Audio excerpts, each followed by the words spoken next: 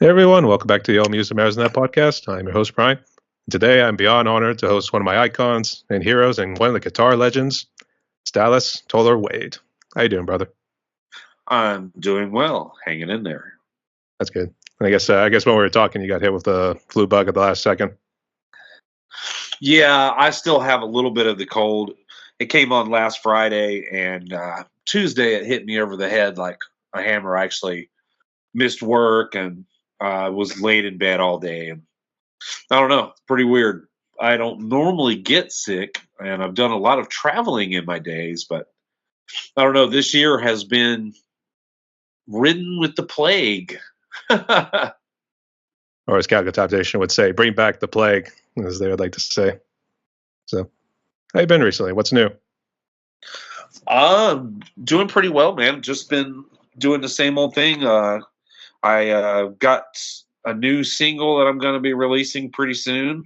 I'm going to be working on that mix actually this coming up week, and it's been putting some stuff up on the YouTube channel, playthroughs and stuff like that, and working on new material. I'm already working on the next album, even though this album isn't out yet. Um, as you know, the shit with the pandemic and this, that, and the other thing, life happens sometimes. So this album was slated to be out a couple of years ago, but just because of, and not necessarily all bad things, but just life in general, just got in the way of it a lot of times. And, then of course I had a few lineup changes in the band and stuff like that at the last minute. But yeah, everything's going great now. We're real happy with the new material, and I'm very happy with the current lineup. It's the best the band has ever been, like by a long shot. And yeah, that's pretty much been it, man. Just trying to get some practice time in, work on stuff, and do the same thing everybody else is doing, trying to keep the lights on and all that stuff. Yeah, that's for sure too. I guess which part of the states are you hailing from, actually? Right now, I'm up here in Michigan. I got into a relationship a couple of years ago, and she happens to live up here. So I've been staying up here, but I also have residence in South Carolina. I'm probably going to be going down there in about a week or so. I guess which part of Michigan? Because I got some friends in Detroit. Are you close to Detroit? Yeah, I'm about an hour from Detroit. That's pretty cool. And I guess how long you guys been married, or I guess been together? We're going on like 2 years now. All right, congratulations, they're made. Thank you. Yeah, I've spent a lot of time just by myself, and I've spent some time in relationships and had the ups and downs with all that. And well, it's this one's it's just been really nice, man. There hasn't been, any drama really or anything like that. We get along great. We help each other. We we help each other do what we like to do. We're both very artistic and passionate people, so That's good to know. Like my dad says, no drama. I mean, life's too short to have any sort of drama, really, when you think about it. So, oh yeah, and that's just no fun. It's like who wants to deal with that? apparently, some people. But nonetheless, welcome to my podcast here, Dallas. And you have to elaborate on COVID and I guess some of your music in just a little bit here, too. But the way this is going to work is I was going to ask you some questions and let's get to know you more, both as the musician, but also as the individual as well. So, ready? Yeah. All right. So, let's start at the beginning right here, I guess. Tell us a little bit about yourself. I guess, how'd you become a musician? Well, I grew up in a very musical family, and it was just around me all the time growing up. And my dad played bass. My grandfather played guitar. My cousin played bass and keyboards and sang. And a couple of my relatives played piano, and a couple of them liked theater and acting and stuff like that. So I came from a really musical family, and it just kind of happened. My cousin played in a rock band back in the very early 80s. And I got to sit in on a couple of their rehearsals, and the drummer let me play on his drums, and I was instantly hooked and started fabricating my own drums immediately. And eventually got my own drum set. Probably about 3 or 4 months after I kind of got good on the pot. I was really good on pots and pans. You don't really hear people talk about that, but I was getting pretty good at those. And finally got my first drum set. It was a Slingerland drum set, metallic blue. I still have a couple of pieces of it. I was using it as furniture for the longest time. I eventually upgraded to a Tama kit, which was much nicer. But yeah, I just started learning old Beatles songs, and after I got that drum set, I started learning old Beatles stuff, and then eventually gravitated into like my cousin turned me on to a band called Rush. So that really changed the ball game for me altogether. And that was when I started really trying to, kind of up my game on the instrument, I guess. Of course, I was very young. I was like 9 or 10 years old or something like that. But it was all I did was practice and play. And I probably drove everybody crazy. But they were supportive. My family was pretty supportive of me, and getting into something that was, viewed as constructive. That was very important in my family. You had to be constructive with what you were doing. So yeah, I just kept doing that, and I played Tom Sawyer on the drums at my 4th grade talent show, and that went over pretty well. And that's one of my little bragging points that I always like to bring up, because that is it is something that I'm kind of proud of. Like, not everybody can say that they played Tom Sawyer at their 4th grade talent show.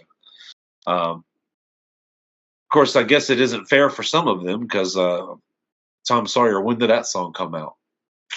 That's not a good question. I didn't get to play that at my talent show because that song wasn't even out yet. No, just anyways. But yeah, so that was that, and I kept getting more into I started getting more into heavy metal, like Judas Priest, Iron Maiden, and stuff like that. So I started playing like that on the drums, and then fast forward a little bit to early high school, or like pre-high school, like 7th or 8th grade or whatever. I started hanging out with these dudes that were kind of into metal, and one of them played guitar, and he turned me on to this band called Metal Church. And I saw him playing some of the riffs off of that Metal Church album, and that was it. You got to show me this. But he didn't show me that on guitar. He showed me a song called Chili Bean, You Make My Fart Sing. And it goes like this. I'll show you right here. It goes.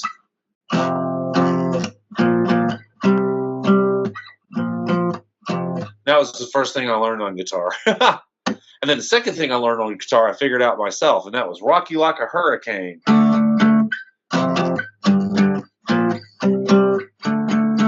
And so I just kind of took it from there, and that the rest is history, dude. But yeah, my life was pretty much flipped over upside down by that point, because then all I did was play guitar for years. Friends couldn't get me to go outside.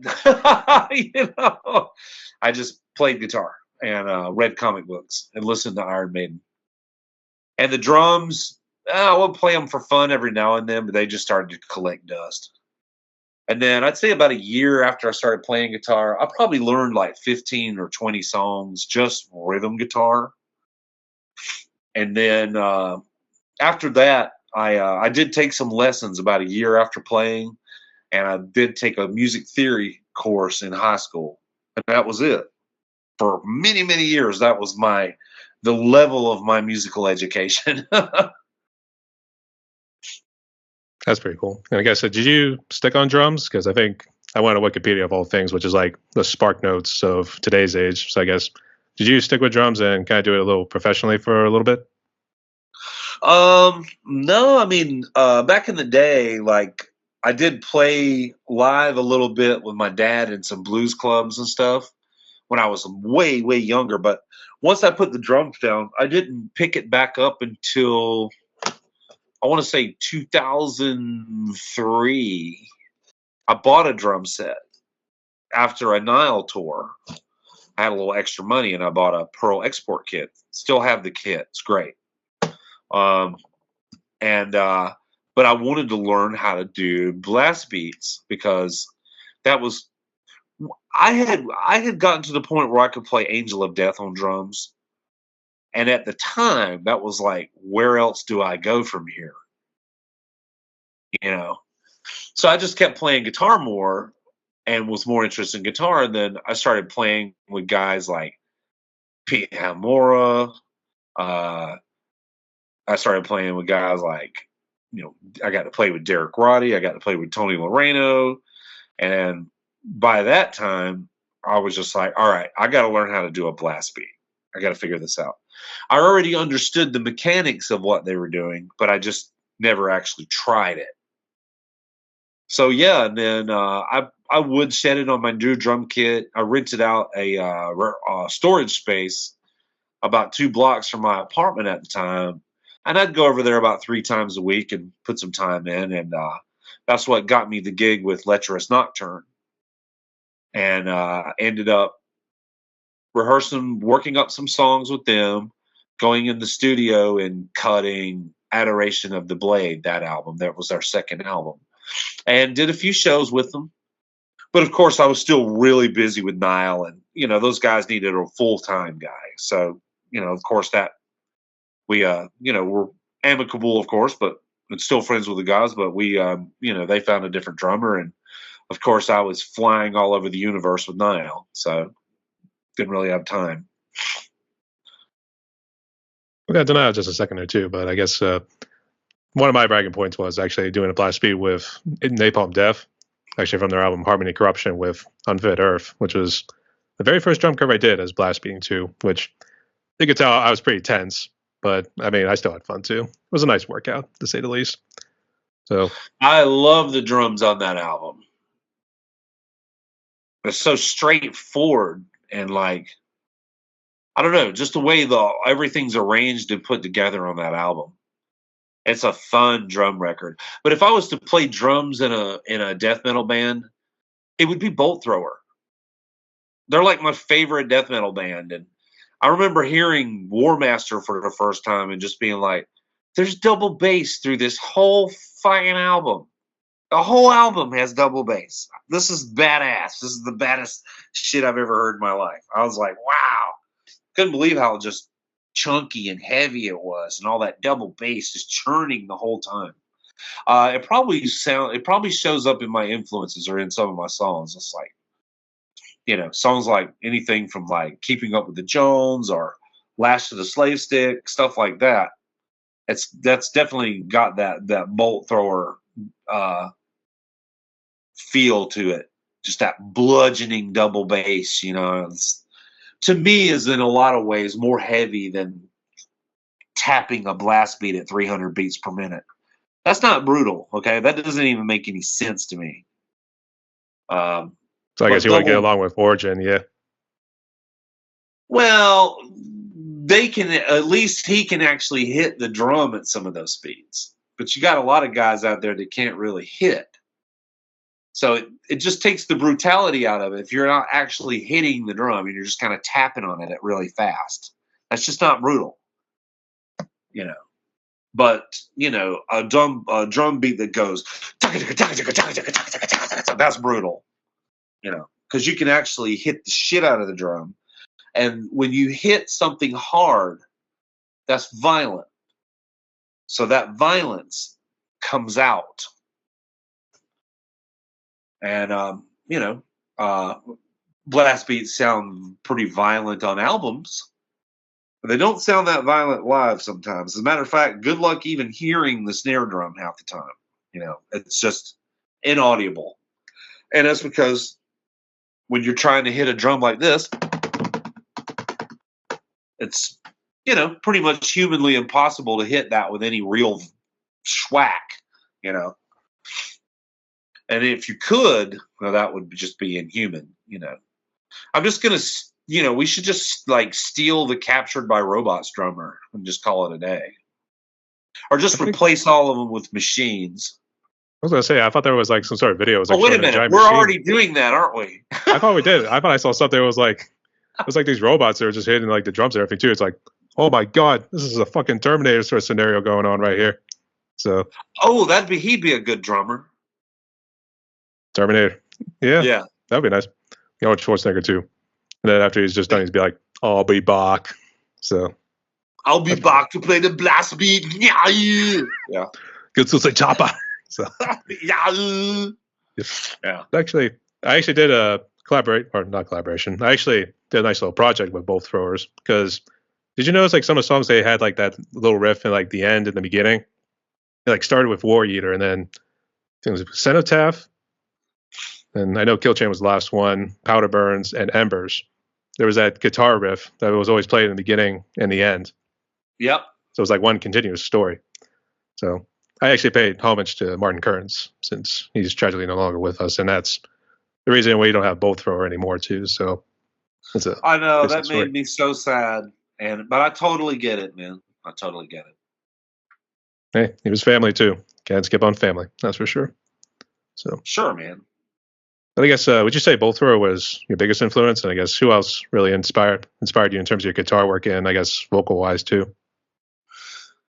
Yeah, in terms of guitar, I mean, a lot of it's a pretty wide range. I would say guitar inspired wise, you probably want to look a little bit further back, like Flotsam and Jetsam, Doomsday for the Deceiver was huge. When I discovered that record, I learned that entire thing, just rhythm guitar, of course. I wasn't ready for leads yet, but that was a huge influence on me. So was Sanctuary, Refuge Denied.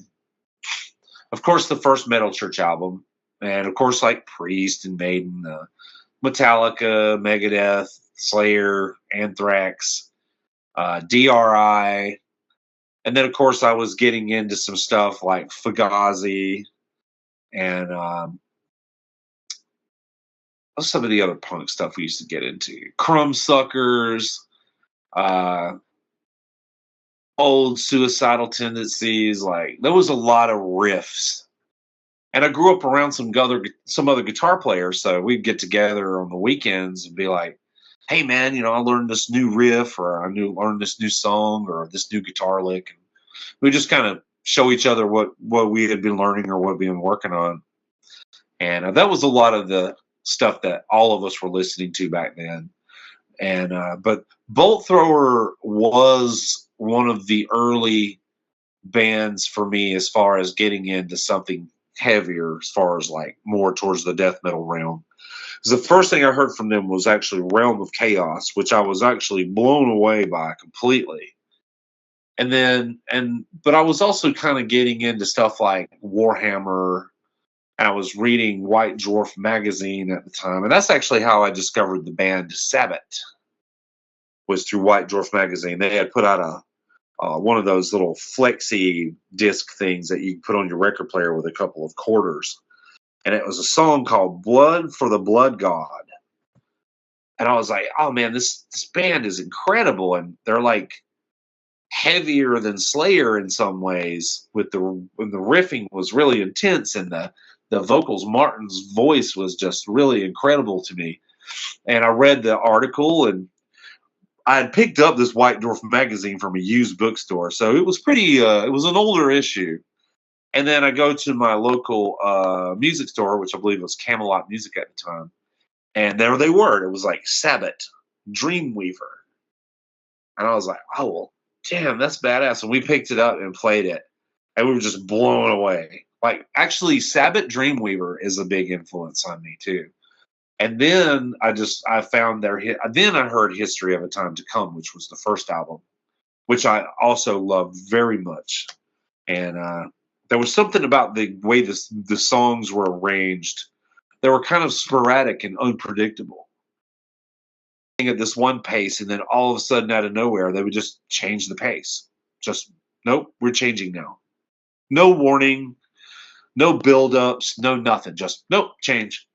And I just thought that was such a cool and unique and sort of ingenious kind of way to arrange.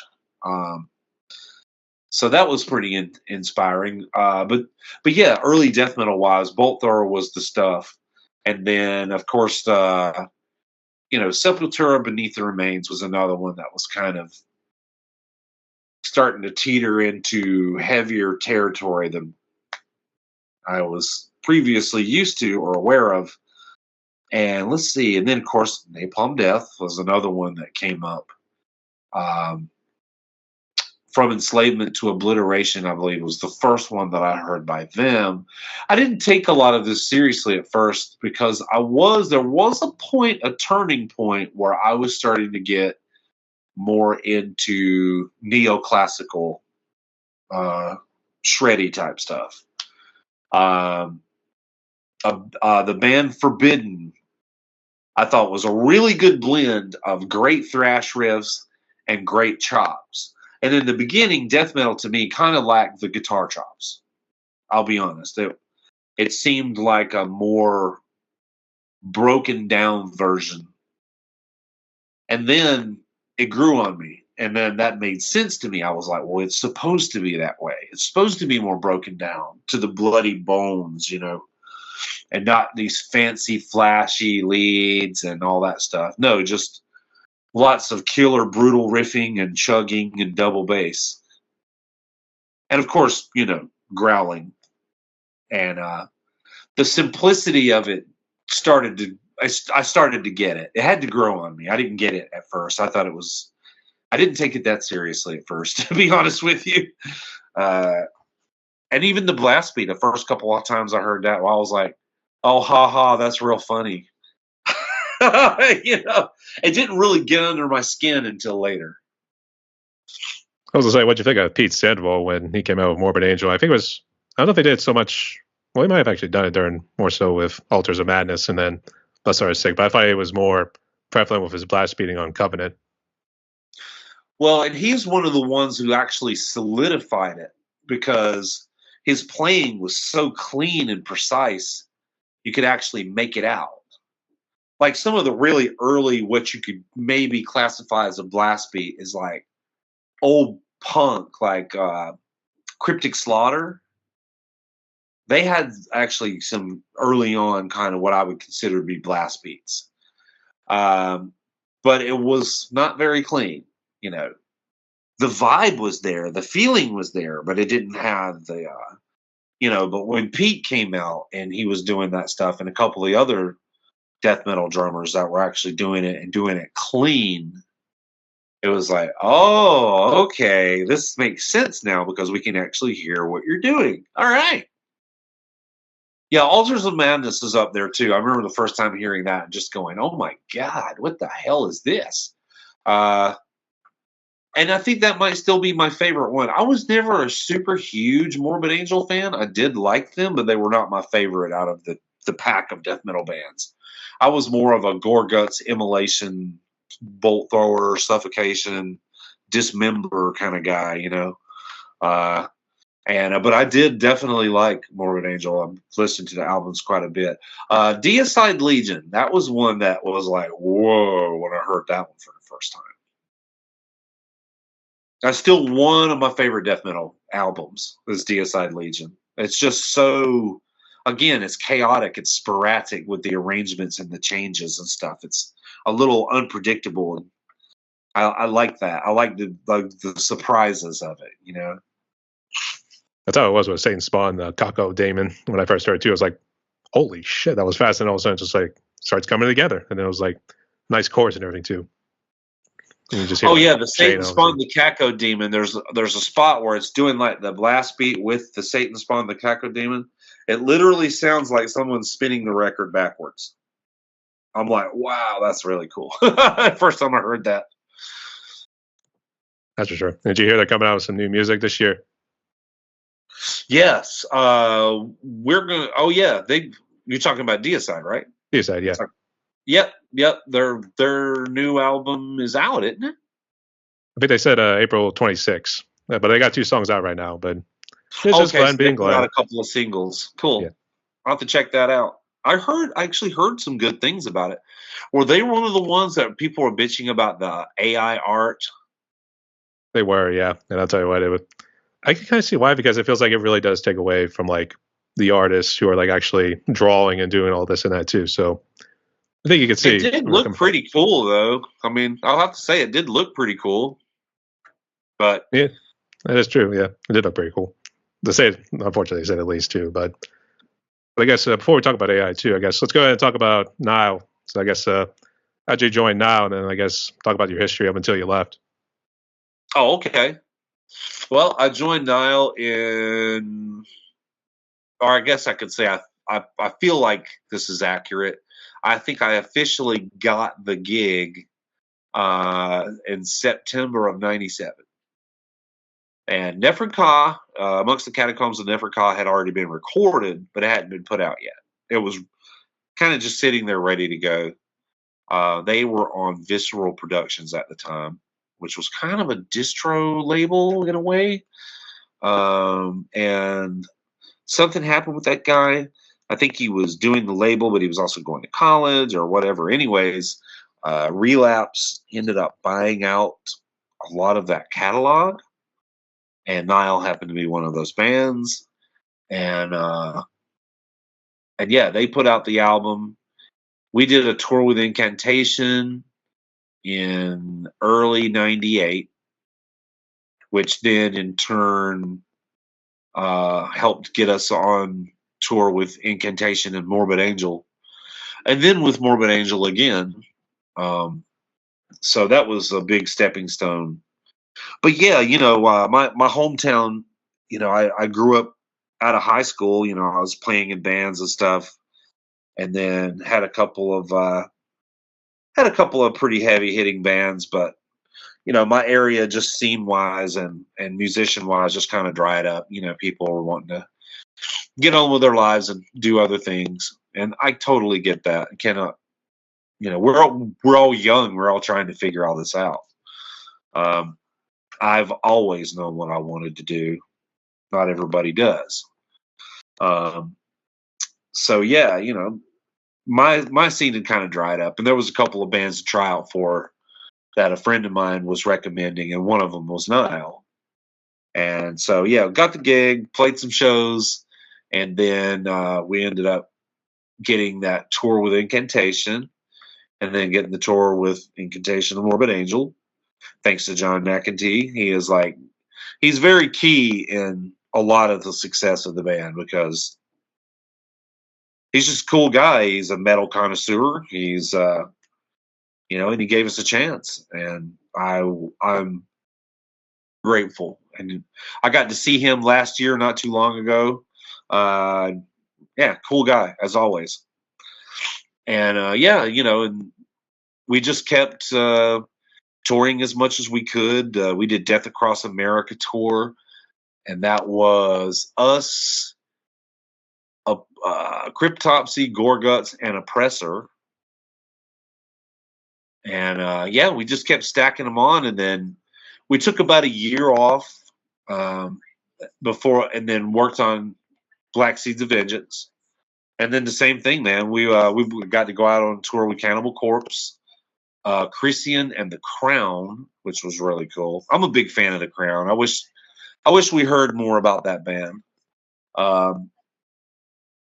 And yeah, I mean that was it. We toured that album, and then took time off, wrote Darkened Shrines.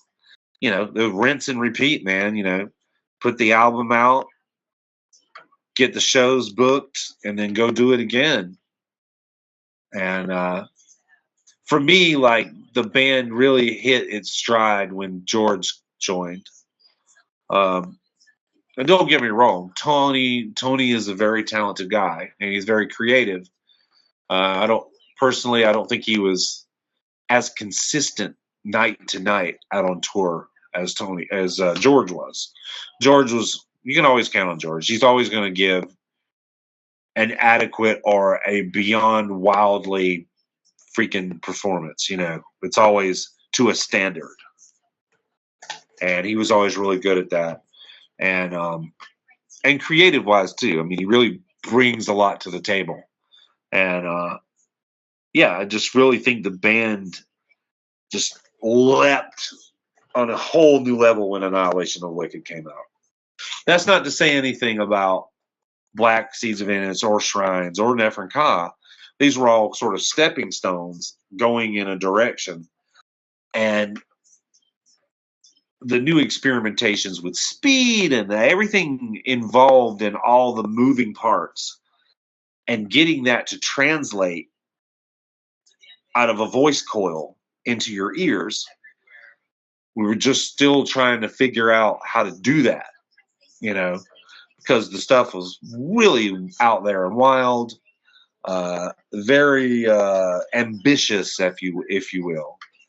And it just until we started working with an actual producer, which was Neil Kernan, I don't think we really 100% hit that. We were getting really close, and don't get me wrong, Shrines is a fucking awesome album. But Annihilation is just what it says it is. It's Annihilation. And it's probably my favorite Nile album, to be honest with you. I think Those Whom the Gods Detest and the last album that I was on, What Should Not Be on Earth, are really, really close to Annihilation. It's got kind of the same vibe, a little bit of the same mix.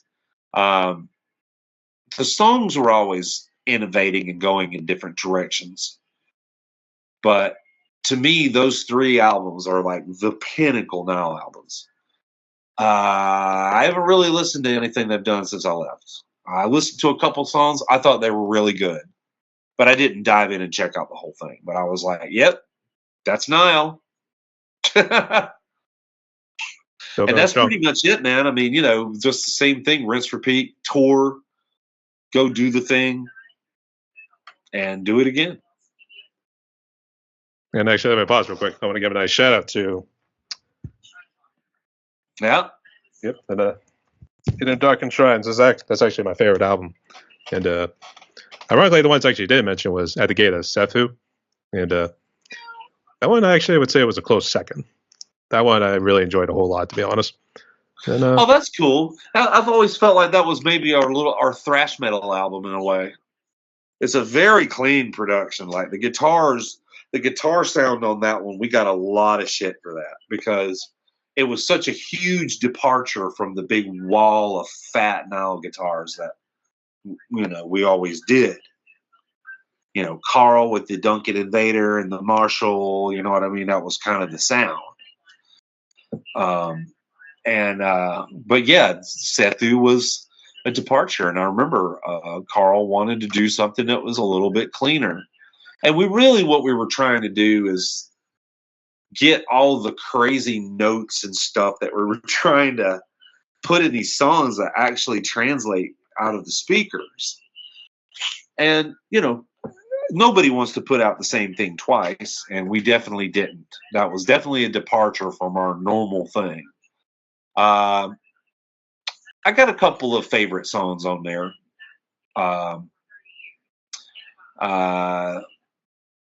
The second track on that album is just great. And one of the tracks that I wrote that I think came out really well was The Inevitable Degradation of Flesh. The one that the crowd asked for a lot was Supreme Humanism of Megalomania. But yeah, it's a good album. There was no stinkers in there. But to me, that one would probably be my least favorite. It just, really? For me, it just didn't have what some of the other albums had in its entirety. Now, I had some great songs on it, but it just didn't really paint the whole picture like some of the other albums did. Like Those Whom the Gods Detest, like you put that thing in and it's taking you on a journey, you know, and just the sound of it and the vibe of it and everything. So But yeah, I mean, there's obviously some hits on Sethu as well. I It was just initially didn't. worried with Sethu actually because your voice was a lot different than what it sounded like on the previous album. Something like, oh man, don't tell me he's getting the strain in his voice already too, because it was just so much more different. And it turns out it's just Dallas doing his thing. So Yeah, I was starting to get, and that's something that did happen with me. I just, and it's because me personally, I don't really care for the whole Brie-core thing. I I despise it, actually. Um, it's annoying. I don't see the point in it. I don't think it's brutal. But when you have somebody who has enunciation and it sounds like domestic fucking violence, that to me is brutal. It sounds like I'm genuinely angry. And, you know, when I'm doing vocal tracking, if there's any animals in the room, they get the fuck out. they think I am mad about something. Like everybody scrambles, and I'm actually just trying to track. In my house in Greenville, I was down in South Carolina. I was tracking some vocals for one of the Narcotic songs in my little studio slash spare bedroom, whatever there. And actually had the cops call on me. I was just singing vocals, but the lady next door, this crazy lady next door, thought that there was like a domestic dispute going on, you know. And of course, I'm just in there fucking, yeah, just like going nuts. And I had to explain this to the cop. I was like, no, I'm the only one here, man. And I'm in here tracking some vocals. And I explained to him, and he so and a lot of cops, they're kind of, a lot of them, at least in Greenville, anyways, a lot of them are metalheads. So I invited him in and showed him my setup and all that stuff, and he was like, "Oh man, that's cool." And he actually knew of Nile and all that, and everything was fine. And I told him that I would be done in 30 minutes, and everything was cool. And he explained it; it was fine. But I just thought that was funny. And this is a brick freaking house, okay? Like it, and I had some soundproofing up, but you can still hear me outside when I'm really belting. And yeah, she probably thought I was in there beating the fuck out of somebody. I don't know. I was just in there beating the crap out of my voice.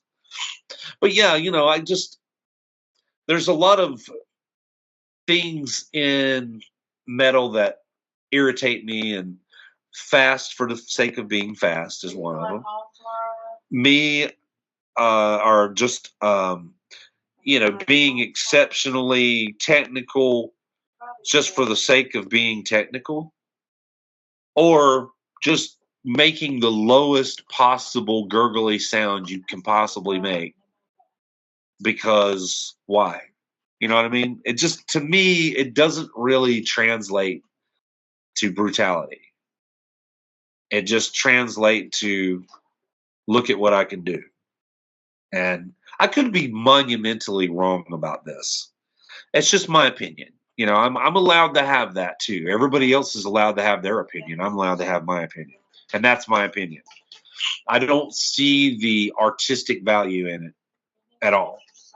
I mean, is it entertaining? Maybe a little, but it's just not for me. I think what, not just me, but a few of my favorite, like the guy from Bolt Thrower, for instance, he's deep and guttural, but you can tell he's actually saying words, and the lyrics in their songs are freaking awesome.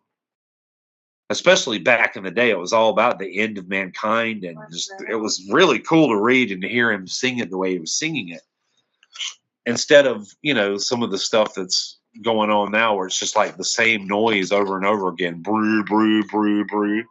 Spray some Febreze. Wheat free. That's what a buddy of mine call it wheat free vocals. Wheat free. I'm so over that. It's so overdone. And I just don't think that's brutal at all. I mean, not to sound this way, but I think what I do is way heavier.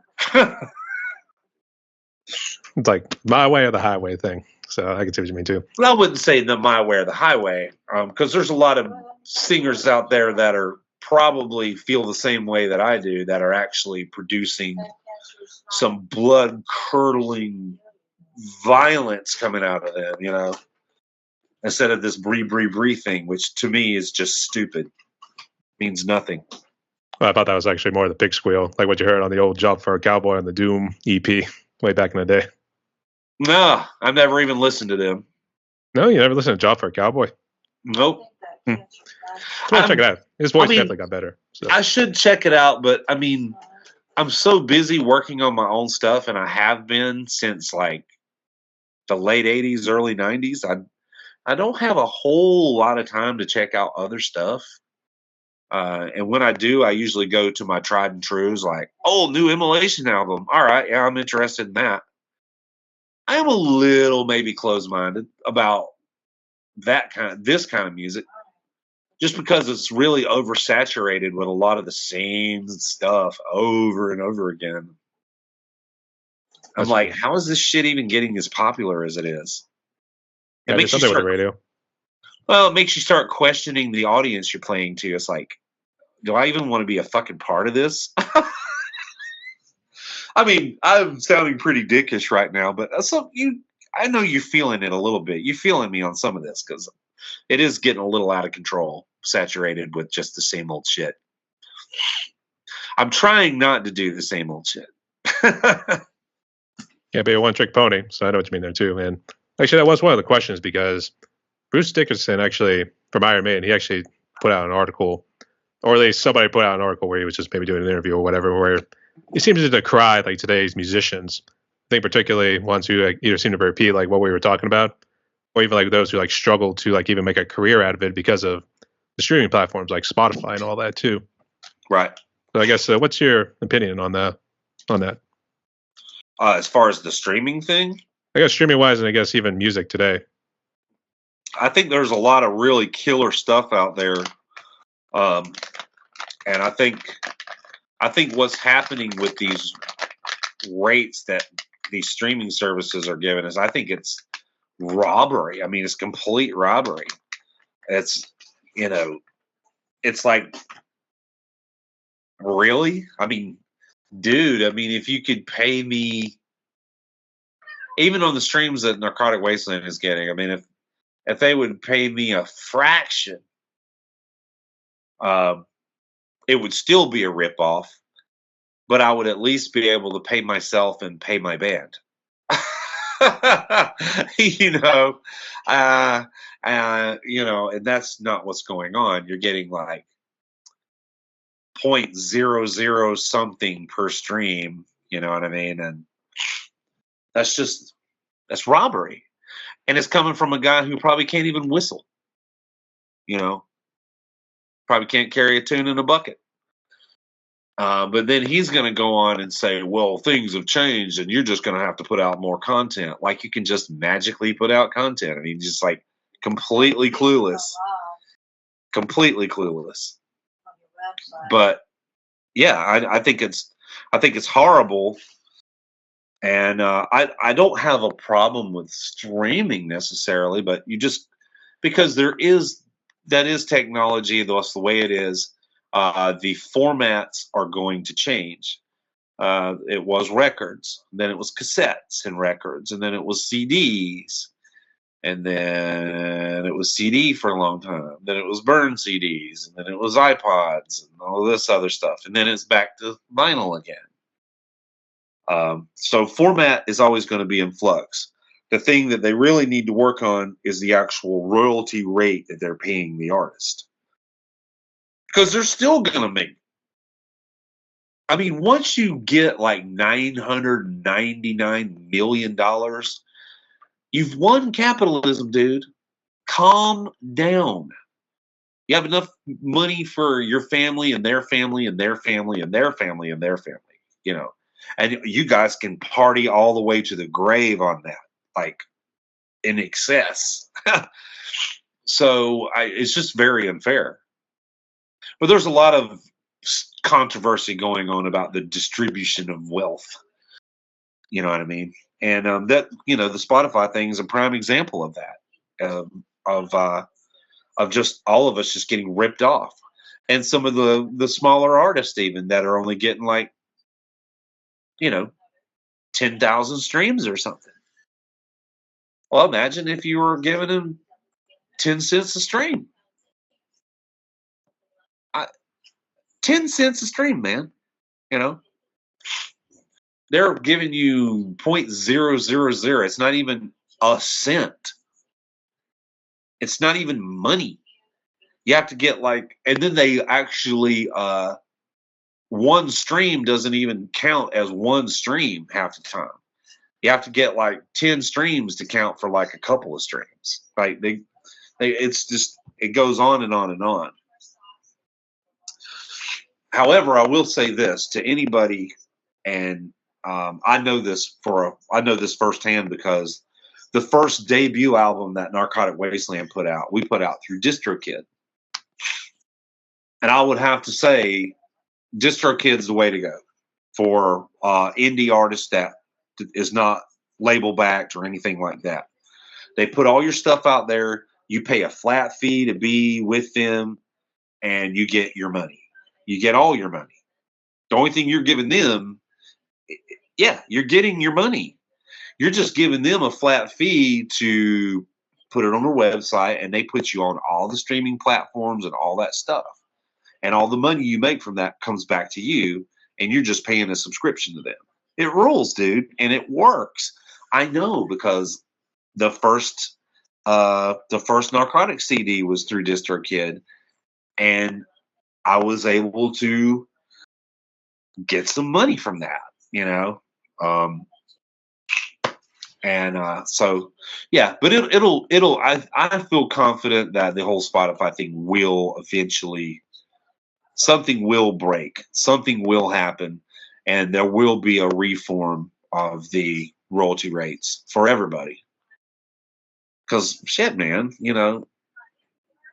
like I said, if you're getting if you're in my range, which is somewhere between 250 and 500,000 streams, I mean, think about that. If you only gave me even if you only gave me a quarter a stream, dude, come on, that'd be all right. I could do something with that. I can use that to pay the gas bill. That's kind of what I'm aiming for at this point. Because actually, one thing I'm proud of, I was actually able to collaborate with a couple indie musicians, a couple in around the U.S. there, one's in Texas, one's in Florida, and I finally actually put out my first single, which was "Cosmic Horror Unleashed Upon Mankind." So, oh wow, it was actually a big influence by the video game Bloodborne. And I don't know, are you real big into video games? Whenever you get a chance. Yeah, I am. I've never played that one though. It is a challenge, so strap yourself in. You're in for a tough one right there. I know I was too, and it almost drove me crazy. I was almost like, fuck this game. I was literally almost at that point. So, yeah, if I had $1 for every time I said that, fuck this game. Oh yeah, I only haven't had much time to play recently, but I've been playing. Is it called Zombie Army or Dead Army 4? It's basically just like a kill zombie grinder style game. Is it Dead Rising or something? No, it's called Dead Army 4. Okay, I figured too much of what was that one? It was like the guy riding around on the motorcycle. He's like, he has to keep running away from zombies too, and everything too. So that's what I keep thinking of. But go ahead. This game is like a blend between Left 4 Dead and Gears of War. It's a third person like Gears of War, but it's zombie shooting like Left 4 Dead. And what is the name of the other game that same studio put out? Sniper Elite. So it's kind of an offshoot from Sniper Elite. But me and my best friend from high school, we play online together a lot. And we've been playing PUBG. And we've been winning. It's been great. Man, what a learning curve that game has. Oh my God. I mean, a lot of times, and we thought we were going to have a bad day. That last time we won 2 games in a session. And the first couple of games we played, shit, I couldn't even get a weapon. As soon as I landed, I just got shot. I didn't even see where it came from. And then the first one we won, 2 of the people that we killed, he ran over. And I was hanging out the window. I actually shot a dude and like downed him. And then he ran him over. That happened a couple of times.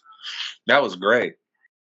I do play a lot of vintage stuff too. I've got a pretty good vintage collection. One of the things I've been playing lately is a arcade port for the Sega Genesis of a game called Road Blasters, which is like really, really early arcade car combat. You just Way back in the day. down the road, kind of like a pole position thing, but in the arcade it had kind of like the Star Wars grip, and you could shoot, and this plane will come by and drop weapons on top of your car, and one of them's a cruise missile, which just completely wipes everything. It's a cool game, so I've been playing that. Of course, I'm an avid Pac-Man guy since I was 6 years old. It's my favorite game ever. I have all kinds of Pac-Man. Any console that I can download it on, I download it on. I got a cool couple handheld ones. Any kind of like Pac-Man stuff, like Pac-Man shirts, Pac-Man stress ball, whatever. I got it. I collect this shit because I'm a huge Pac-Man fan. I've got a pretty extensive NES collection, probably about 40 cartridges. Only the stuff that I would play, though. I'm not just going to collect it just to collect it. It's just gems that you're actually going to play, like the Castlevanias and the Contras and the Zeldas and the big titles. RC Pro-Am, whatever, got Mike Tyson's Punch-Out. I've been watching this YouTube channel called Summoning Salt. He's got a lot of speed runs on there. That's been pretty fun to watch. And then I've got Sega Genesis. I got a TurboGrafx 16. I got about 30 games for that. I have Panasonic 3DO. I got a few games for that. N64, GameCube, PlayStation 2. I don't get rid of anything like that. A lot of people just trade it in for the next console. And there's so many good memories with playing some of those games, especially with my son when he was growing up. Oh, yeah, I'll just keep them in the collection. Every now and then we'll blow the dust off of them and play them. And, there's still a couple of games I'd like to add to my collection. For the old vintage stuff, just stuff that I either played back in the day and lost my copy of it, or I never got to play it and always wanted to play it. It's like, cool, it's like a new old game. It's pretty cool. You know what? I'm guilty of that because I have the God of War games 3 through 5. I've been made to actually play those ones because they always hear good things about it too. And you do strike me you would be a God of War fan, to be honest, too, since you get to go around defeating the Greek gods and then actually, yeah, they do the Norse gods afterwards too. So you get to have fun with that. So I played the very first one on the PlayStation 2, and I thought it was absolutely stellar. We beat it in a night. Me and a friend of mine. We got a 12-pack of beer, and we stayed up until like 3 a.m, and we beat that game. If you died, you just loser passes a controller, So he'd play it for a while, and then he'd fuck up, and then I'd play it for a while, and fuck up, and then, And the fun begins. So yeah. And one 12-pack later, we beat the game.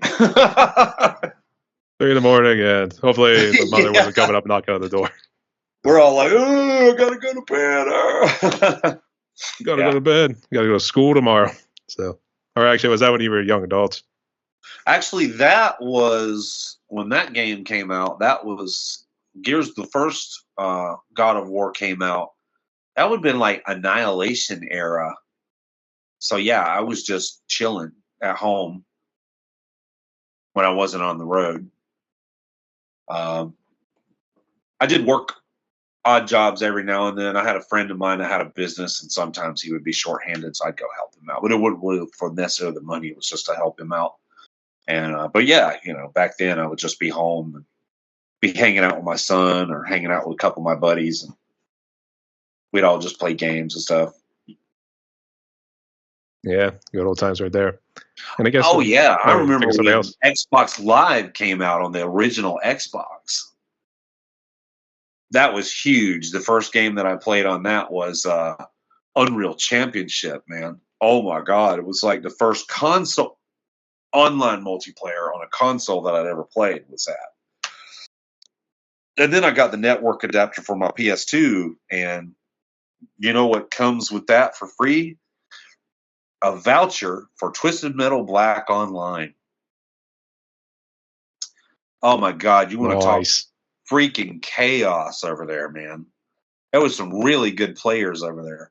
I really liked the Twisted Metal that came out for PS3, and I really enjoyed the online multiplayer aspect of it too, but I just didn't get to play it that much. And then it kind of disappeared, kind of fizzled out. There were a lot of people that weren't terribly happy with that game. I thought it was great. The gameplay was great. The graphics were great. The only thing I didn't like was you could only play 3 characters. That was like the only thing I didn't like. And that was a big gripe for everybody. They want to expand, or I think most people want to just like go out and explore. They don't really care so much about how realistic like the game will look. Because I think that was actually a complaint that they gave for like Red Dead Redemption 2. It was like, forget about just open world. Let's just go and have some fun, just have player freedom, that sort of thing. I still have my copy of Red Dead Redemption 2, and while I didn't beat it because I have limited time, and when I do have time to play games, I'm going to hop on the multiplayer online and I know actually I need to check out the multiplayer on Red Dead. I heard it's improved a lot, but I thought the single player experience of that game was absolutely stellar. I thought Rockstar knocked it out of the park again, My favorite Rockstar game will always be Manhunt. I wish they would put out another Manhunt. If you have a criminal bone in your body, that game will tickle it, fondle it. Some of the gunfights in that game. Oh my God, I got goosebumps talking about it. I got to play through that fucking game again soon. I've got it with me, actually. Yeah, I got it for, I initially played it on PS2, but then I ended up picking it up for Xbox Original. And it's the exact same game. Graphics are just slightly better. Same with Midnight Club. That's normally how it goes, yeah, whenever they do the remakes. Just slightly better. I would say for Red Dead Redemption 2, I was just... they played exactly the same, but the Xbox just had a little bit more horsepower, That's true. I was going to say about Red Dead Redemption 2, I was just so glad that I finally beat the single player, because I was just like, oh my God, when is this ever going to end? I'm just dying for it. I just kept playing until I was like, I can't do this anymore. I got to go to bed. So it was literally that sort of moment there too. But I was happy I beat it. We beat Remnant from the Ashes not too long ago. Co-op, me and my best friend from high school. And that was a fun game to play. I really liked the art style and the way the graphics looked and the weird plant-like demons and stuff that you had to fight. And that was a very good one. Yeah. Remnants, they've got a new one out, but I think it's only on PC for now. Hopefully they'll put it on a console, but eventually I'm going to build me another gaming PC. I haven't had a good gaming PC since like 04, 05, when Doom 3 came out. I was like, oh yeah, I need a good one for this. And so we built a pretty good one for that, and still one of my favorite games of all time, Doom, or the whole catalog. Oh yeah, here's a little tidbit for you. When Doom 2016 came out for PS4, guess who's in the top 10 on Deathmatch? Moi. Who's in the top 5 on Possession? This guy. Oh yes, people hate me and my shotgun. Hey, you get up close. I mean, hey, shotguns are deadly. That's for sure. Actually, grenades and shotguns. Actually, Mick Gordon, he did the soundtrack for all the Doom games, right? Or just for a couple? There was a guy that did the Doom and the Doom Eternal, like the ones that came out 2016 and like 20, I don't remember when the other one came out, 2019, 2018. Yeah, that guy. Yeah, he did a good job with that. I remember me and my son watching sort of some documentary footage on like the equipment that he used and all that stuff. It was a godly soundtrack. BFG, yeah, that was a song they played on the radio from Liquid Metal. That was the first time I heard it too. It was like, damn, that was good. Gets the blood on the record too. It was. So, a very good use of the 8-string on some of those tracks. I think it was an 8-string. Sounded like an 8-string. It was definitely tuned lower than Nile, even. You know, it's like, wow. It was definitely lower. I'll tell you that much too. So tuned it all the way down to H. It's actually a thing. Oh wow, I had no idea that was actually a thing. I thought. No. Oh yeah, maybe will we eventually down tune to Z at some point? Yeah. I don't know. It'll just be like you can't even hear it. It'll be so low. If it's below 15 hertz or below, maybe it's even. I think it's below 30 hertz. You can't even really hear it. You know, just moving air. Something like that. But it's good to see a fellow video gamer as well too. So that's all good to see. Yeah, man, it's a lot of fun. You know, it's a good little wind down pastime, and it's interactive. It's better than just watching television, in my opinion, because you have to interact with it. I was really big into the racing simulator genre as well, with Forza Motorsport, Gran Turismo, stuff like that. I might pick up the Gran Turismo 7. I haven't done it yet. I just haven't been in the racing mood lately. But man, you know, when that came out for the consoles, yeah, that was an all-night adventure. You got a whole case of Wobble Pops, you know.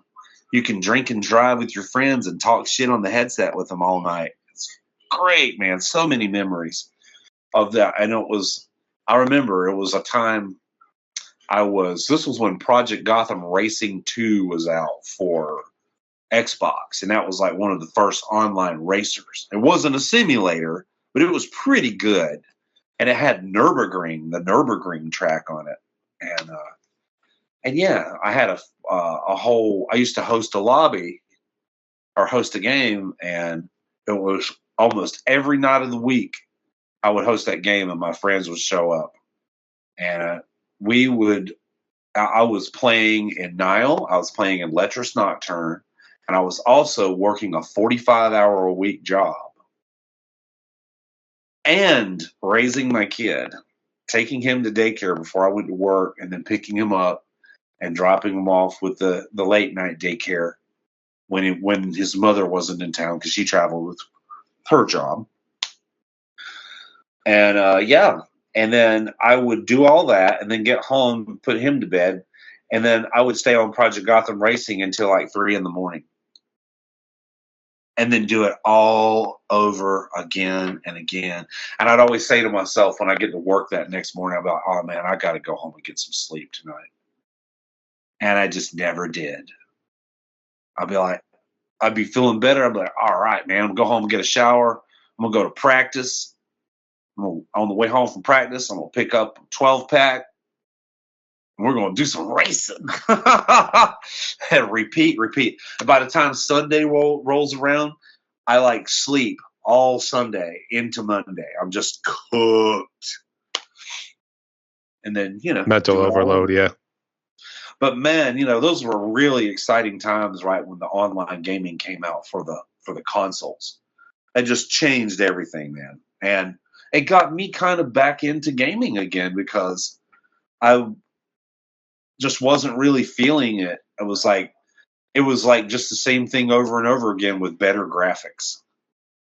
And I was like, well, whatever, man. I'll just go play my old Nintendo. I just don't even care about that. And then, but the multiplayer always brings back that replay value, you know. Yeah, I actually do remember a friend of mine, he was really big into the Battlefields, and then I know I was real big into Call of Duty, which really spoiled me, to be honest, too. I I kind of regret actually kind of doing it too, because I was just getting pissed at times. I was not the greatest at it, to say the least, too. So, and I do have Modern Warfare. Oh, you chopped out for a second, but you're back. I do have Modern Warfare, but I deleted all of it because Call of Duty pissed me off. Yeah, same here too. And I stopped playing online. I'll tell you why. I loved the Warzone, and I was pretty good at it. And I liked. They just kept changing stuff, and all the updates and the patches, and it's just too much, dude. And then they changed Modern Warfare.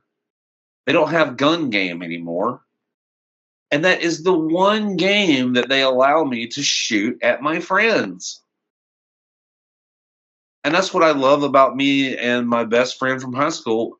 I've got Quake downloaded on my PS4. We can go play Quake. But on Call of Duty, we couldn't join a free-for-all match if we were in a chat party together. Because they didn't want us to team up on everybody else, because I saw people actually doing that. I see people doing that on Warzone, on solo match. So that pissed me off. So gun game was an unranked game, and yes, you could shoot at your friends and talk smack to your friends, because of course that's what we want to do. And then they took gun game away because they want to sell me their new Modern Warfare crap. Well, guess what, buddy? You've lost your customer. You lost a customer. And then it's a great game. It's really cool, and I miss it. We had some really good matches on Warzone, like epic. But I don't get to play during the week. I'm too busy, and a lot of my extra time gets spent playing music. So like Saturday and Sunday mornings, I'll fire it up and want to play. But then I fire it up on Saturday and I can't play it because there's like a 13-hour download or whatever, And I'm just like, well, not playing this today. And I just got really tired of that, and tired of them changing everything and constantly shoving their products in my face. Buy this, buy this. It's like, come on, dude. You're killing me. Can you just give me the damn game that I paid for? Yeah, I can relate. I can see what you mean there too. So, hey, it is what it is. Got to push somebody to make money these days too. So, all right, we went on a random tangent about all video games. With money. Yeah, actually, we started going on a random tangent about video games too. We have so much in common. Yeah. Actually, we're already over an hour right now too. So, that's cool, man. We can, continue. It's all good. But I guess let's go ahead and jump into Narcotic Wasteland, your newest group. So after leaving now, I guess this group has been formed with you, and then you can interweave COVID, because I think it kind of impacted your guys' music as well as trying to release stuff, I guess. So let's hear the story, and then how bad did COVID impact you? Okay. Yeah, all that kind of plays in together. I started writing stuff that was a little bit more thrashy and a little bit more kind of what was more similar to the things I was doing before joining Nile.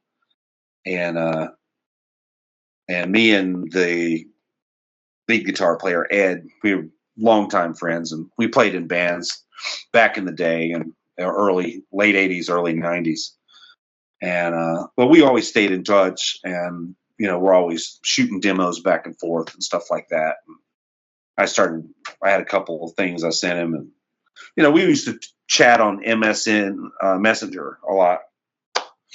And we just started talking about it'd be cool to do a project, And so I just continued to, when on my downtime, when I wasn't busy doing something with Nile, I just kind of chipping away at this thing. I had this more standard tuned guitar that I was enjoying the hell out of. And that's where a lot of those Narcotic ideas came from. It was just a, one half step down from standard. And before I knew it, I had like 3 or 4 songs. And by the time I got 3 or 4 songs together, and Ed was putting some stuff together too, I was just like, well, it'd be really cool to kind of do this as a band. And of course, at the time, Nile was number 1 priority, and I had no intention of changing that. But I did, have this music laying around, and I don't want it to just lay around. So I decided, well, we'll put together something. We'll put together put together an album or something, and we did that, and it took us a while. I mean, all the songs were written and completed in demo form for a while, and it took us a while to find a drummer. Well, George actually recommended Eric Schultek, whom I had met, but I didn't really remember, and then I met for a second time, and we really hit it off right in the beginning. He's a super cool guy, really laid back, just a great all around guy, creative, smart, funny. Super gentleman. And so we hit it off, and we just started talking back and forth. And because it took us a long time to find a drummer that could actually play the stuff. And if anybody knew a drummer that could do it, it was going to be George, of course. So, we put the album together, and, Eric was starting to get into mixing and stuff like that too. So it was kind of a chance for him to get into that. And, me and him would just bounce those mixes back and forth. And once we kind of both agreed that it was sitting nice and all that, then we put it together, and we sent it to Mayor Applebaum for mastering. And then we had it pressed. We I don't remember actually. Antonio Jimenez. Jimenez? Is that how you say his name? He's the one who we got to do the art for the first album. But yeah, it just kind of came together naturally. And then finally I was just like, well, screw it. Let's just put something out. And if I have some downtime and Nile's not doing anything, maybe Narcotic can play some shows. That'd be cool. Something to do on the flip side. You know what I mean? Because I'm going to be playing anyways. And, I totally understand that a band can't just 365 days a year be active. But I can, or I can at least try. And so that's what happened there. And then, the album came out, the first Narcotic album came out in 2014, celebrating 10 years of that now. And it was pretty well received. Didn't have any like PR behind it or anything like that.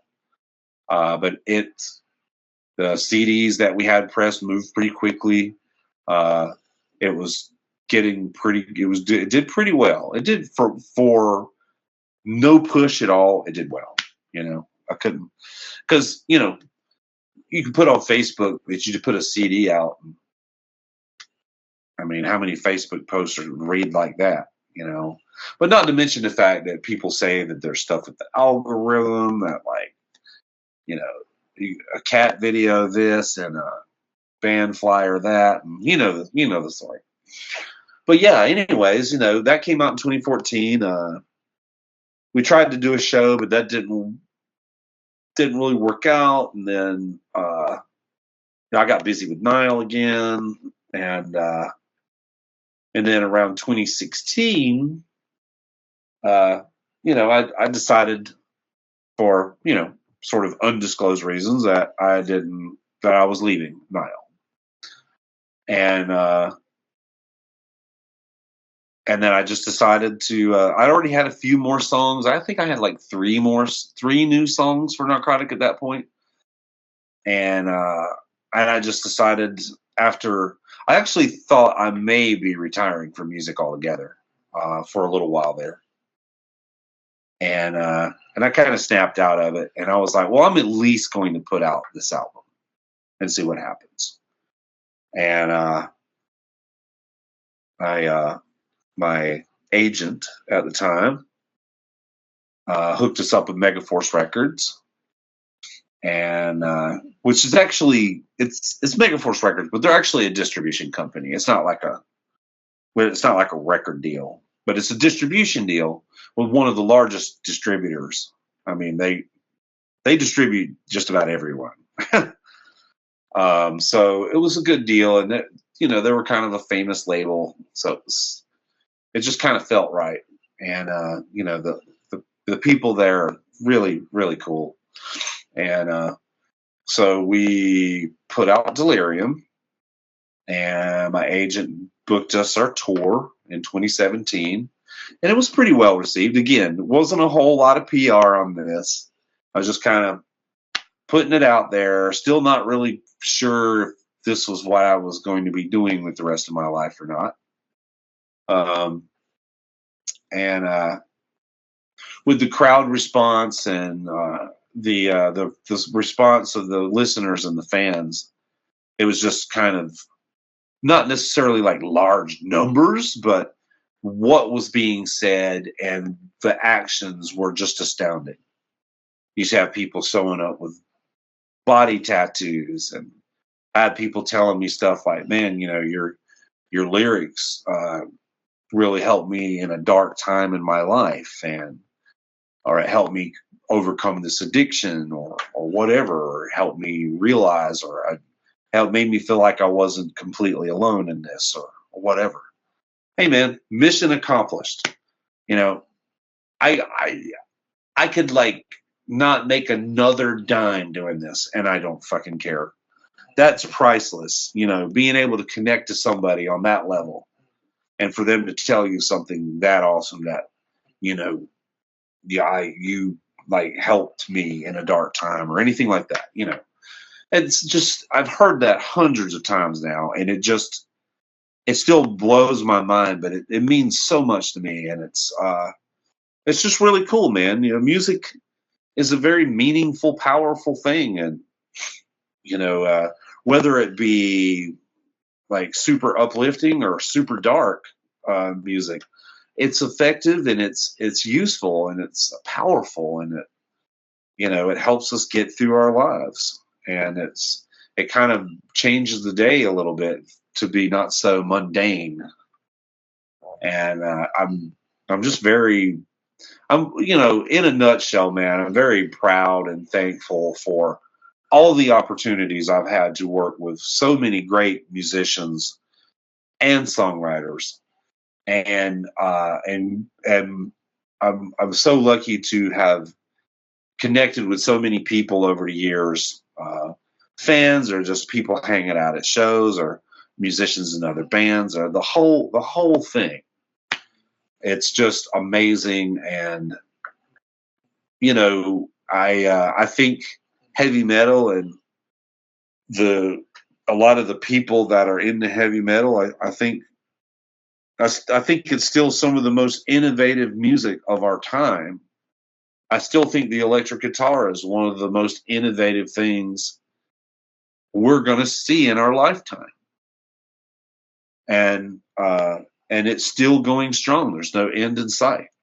Some of these young players coming up, I'm just like, holy balls, dude! Wow, it's being innovated as we speak. Somebody is innovating something on an electric guitar.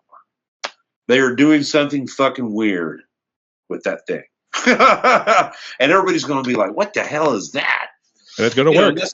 That's what the whole thing is, and we're going to be releasing our third album finally. You wanted to touch on the whole COVID effect. That definitely put a stamp in the plans for Narcotic, just logistically. Like, I rolled with the punches. I was like, okay, well, I guess I'm semi in quarantine now. Of course, I was in South Carolina, and we didn't really do quarantine in South Carolina. I'm not saying I'm not saying I agree with it. I'm just saying that's how it was. I was deemed essential at my job. I had a pretty good job, pretty good paying job. So, okay, cool. I'm fine. And we were working on the album. I had already fired my second drummer for Narcotic Wasteland. So I was like, well, this is just getting ridiculous, and I'm just going to put something out. So we connect. I asked Eric if he wanted to do it. He was into it. And anyways, then that pandemic thing happened. And when you're putting out an album, you kind of want to time it around some shows to get the maximum traction of it. I mean, if you definitely want to try to get your music out. I don't care what happens, but I'm just going to try and get it out anyways. But, then the pandemic thing happened. So then we start putting the stuff together. But, between being busy at work and, hanging out with my kid, just life in general, not necessarily bad stuff, but just life in general was just kind of taking up a lot of my time. So, it was just kind of sitting there. And, the album has been, the third Narcotic album has been pretty much complete for a long time now. But it just took so long. And then, I didn't know when or if we'd ever be touring again. And then we had to try and find another drummer. And it just felt kind of crazy because here we are looking for a drummer, but you can't even play shows right now. It's like illegal or whatever. So I was like, okay, well, maybe we can find something in the future. That's cool. And we hooked up with Joe Howard, thanks to Mike Caputo. I think you know who he is. He's a very good drummer. And we had reached out to him to see if he would be ever interested in, doing some shows with us. And, but anyways, he recommended Joe, and Joe worked out stellar, and he's just been working out more and more stellar as time goes by. And actually, at this point, he's played more shows and done, more with the band than anybody else has. So that works out cool. But we're finishing up the album with the third album with Eric. I mean, he's already tracked most of the drums. And it is coming out, and we're actually going to be putting out another single very soon. We're going to be working on that mix next week, actually. And we're going to be putting out a single, and then we're going to put out this album. But I'm already in the works. I'm already almost 3 songs in on the next album. So a lot of people have a mixed thing about the singles deal. I don't care either way. I personally like full albums myself. But I also don't see the problem with just randomly putting out singles, because it's a little different for me now. It's like, it's not the whole make an album, put out a couple singles off the album, then go tour, and then make another album. I think what I would really like to see is to be able to maintain that, but also throw a few singles in there too. I'd love to pick up the pace on that and be able to just put out more songs, not just for the sake of putting them out, but I just, especially with some of the new stuff I'm working on, I just really feel like quantity and quality is not going to be an issue, especially with the guys I have on board now. This is completely different. It ended up being a completely different animal from what it started. You should check out some videos of our current bassist, Kenji Tsunami. He's, I don't even know if that thing's a bass or not. I don't know what the hell that thing is. It's got like 8 strings on it, and it looks kind of like a Chapman stick bass thing. And he plays it kind of like this sometimes, and sometimes he plays it like this, and he's quite incredible bass player. Really happy to be working with him. He also does a lot of our video work. And actually, anybody who wants a really good quality video done, you should hit him up. Tsunami Films, ladies and gentlemen. Check him out. Kenji Tsunami at Tsunami Films. That's pretty interesting. All right. Can't wait to hear it too. Check him out. If you want some video work done, check him out, man. He does great work. But yeah, anyways, yeah, incredible talented. With Joe in the band and with him in the band, we've got a serious, got some serious firepower now that I was not expecting. And yeah, it's great. I'm excited about the third album coming out. Don't get me wrong. I'm very excited about it, but I'm really excited about the fourth album. That's going to be, I'm like, yeah, the new stuff is like, I just really like the direction everything's going with the band. I hope everybody enjoys it too. And I hope everybody enjoys the new single that's going to be coming out in the next month or so, hopefully. we got a tour coming up in the last week of May all the way into like the first week of July or something like that. It's going to be U.S. and Canada. Dates will be on the website. Nothing's been super officially announced yet, but I'm announcing we're going to be on tour. The flyer for that should be done imminently. But yeah, we got a tour coming up. There'll be a single, and the album's either going to come out like while we're on tour or after the tour's over. Like, it really, again, depends on that thing called how much time in the day do I have with all the 1,000 things I have to do, which is not a complaint. It's just reality, you know? It's a sad truth, to say the least. Yeah, I know what you mean. It can be, you know, Yeah, but yeah. it is what it is, and you just chip away at it when you can. That's what you do. And after all, Yeah. what do you expect? It's Dallas fucking Toler-Wade. So I see what you mean. So good luck on your journey, then, mate. And did you have any brushes with COVID? Were you and your wife okay? I got COVID twice. The first time, it's funny you say that. I was actually single at the time. It was literally a week before they shut everything down. I got it.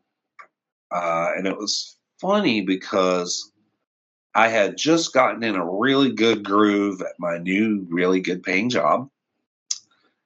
And I had just started taking guitar lessons. I was actually going to a store, like a music store. And I've known the guy for a while. He's a great guy. Shredder, classical guitar player. Went to school for music, can sight read, all that. A teacher, you know, somebody who can really show. So I started taking lessons again, and it was all set. It was like, that was my weekend. I wake up on Saturday, I make breakfast, I go to my guitar lesson, and I found this retro arcade that had like pinball machines and like, you know, stand-ups and your Pac-Mans and your Galagas and, you know, a good variety of stuff. Probably about 50 machines in there and probably about 30 pinball machines. Not too shabby. And You here pay we go. $10. Yeah, pay $10 and you play all day, you know, that kind of shit.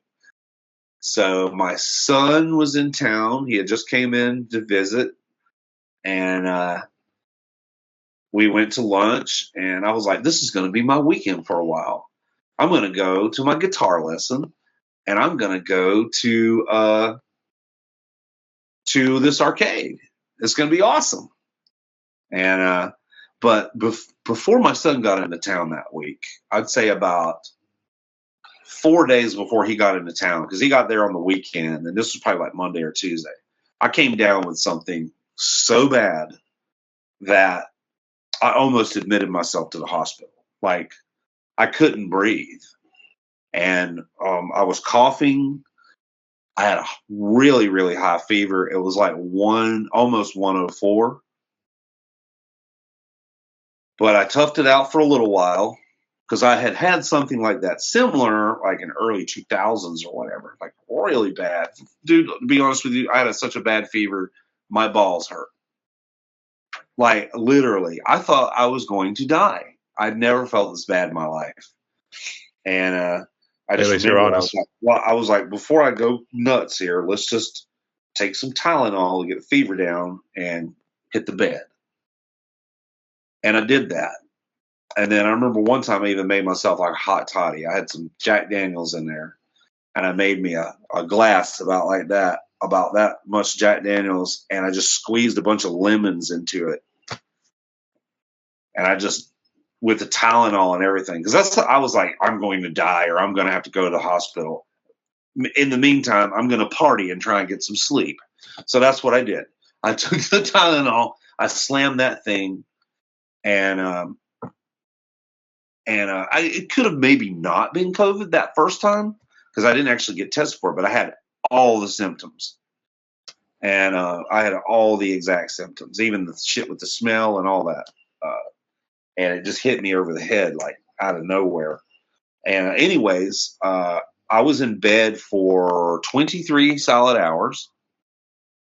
But when I woke up, I was covered in sweat. There was sweat everywhere. Like I think I ended up maybe even throwing that mattress away. It was that bad. Oh yeah, dude, and the bedding. I mean, it was just soaked. Like my fever broke, and I felt, well, of course, instantly better. So I felt safe. I didn't know what it was, so I felt, and my son didn't get it.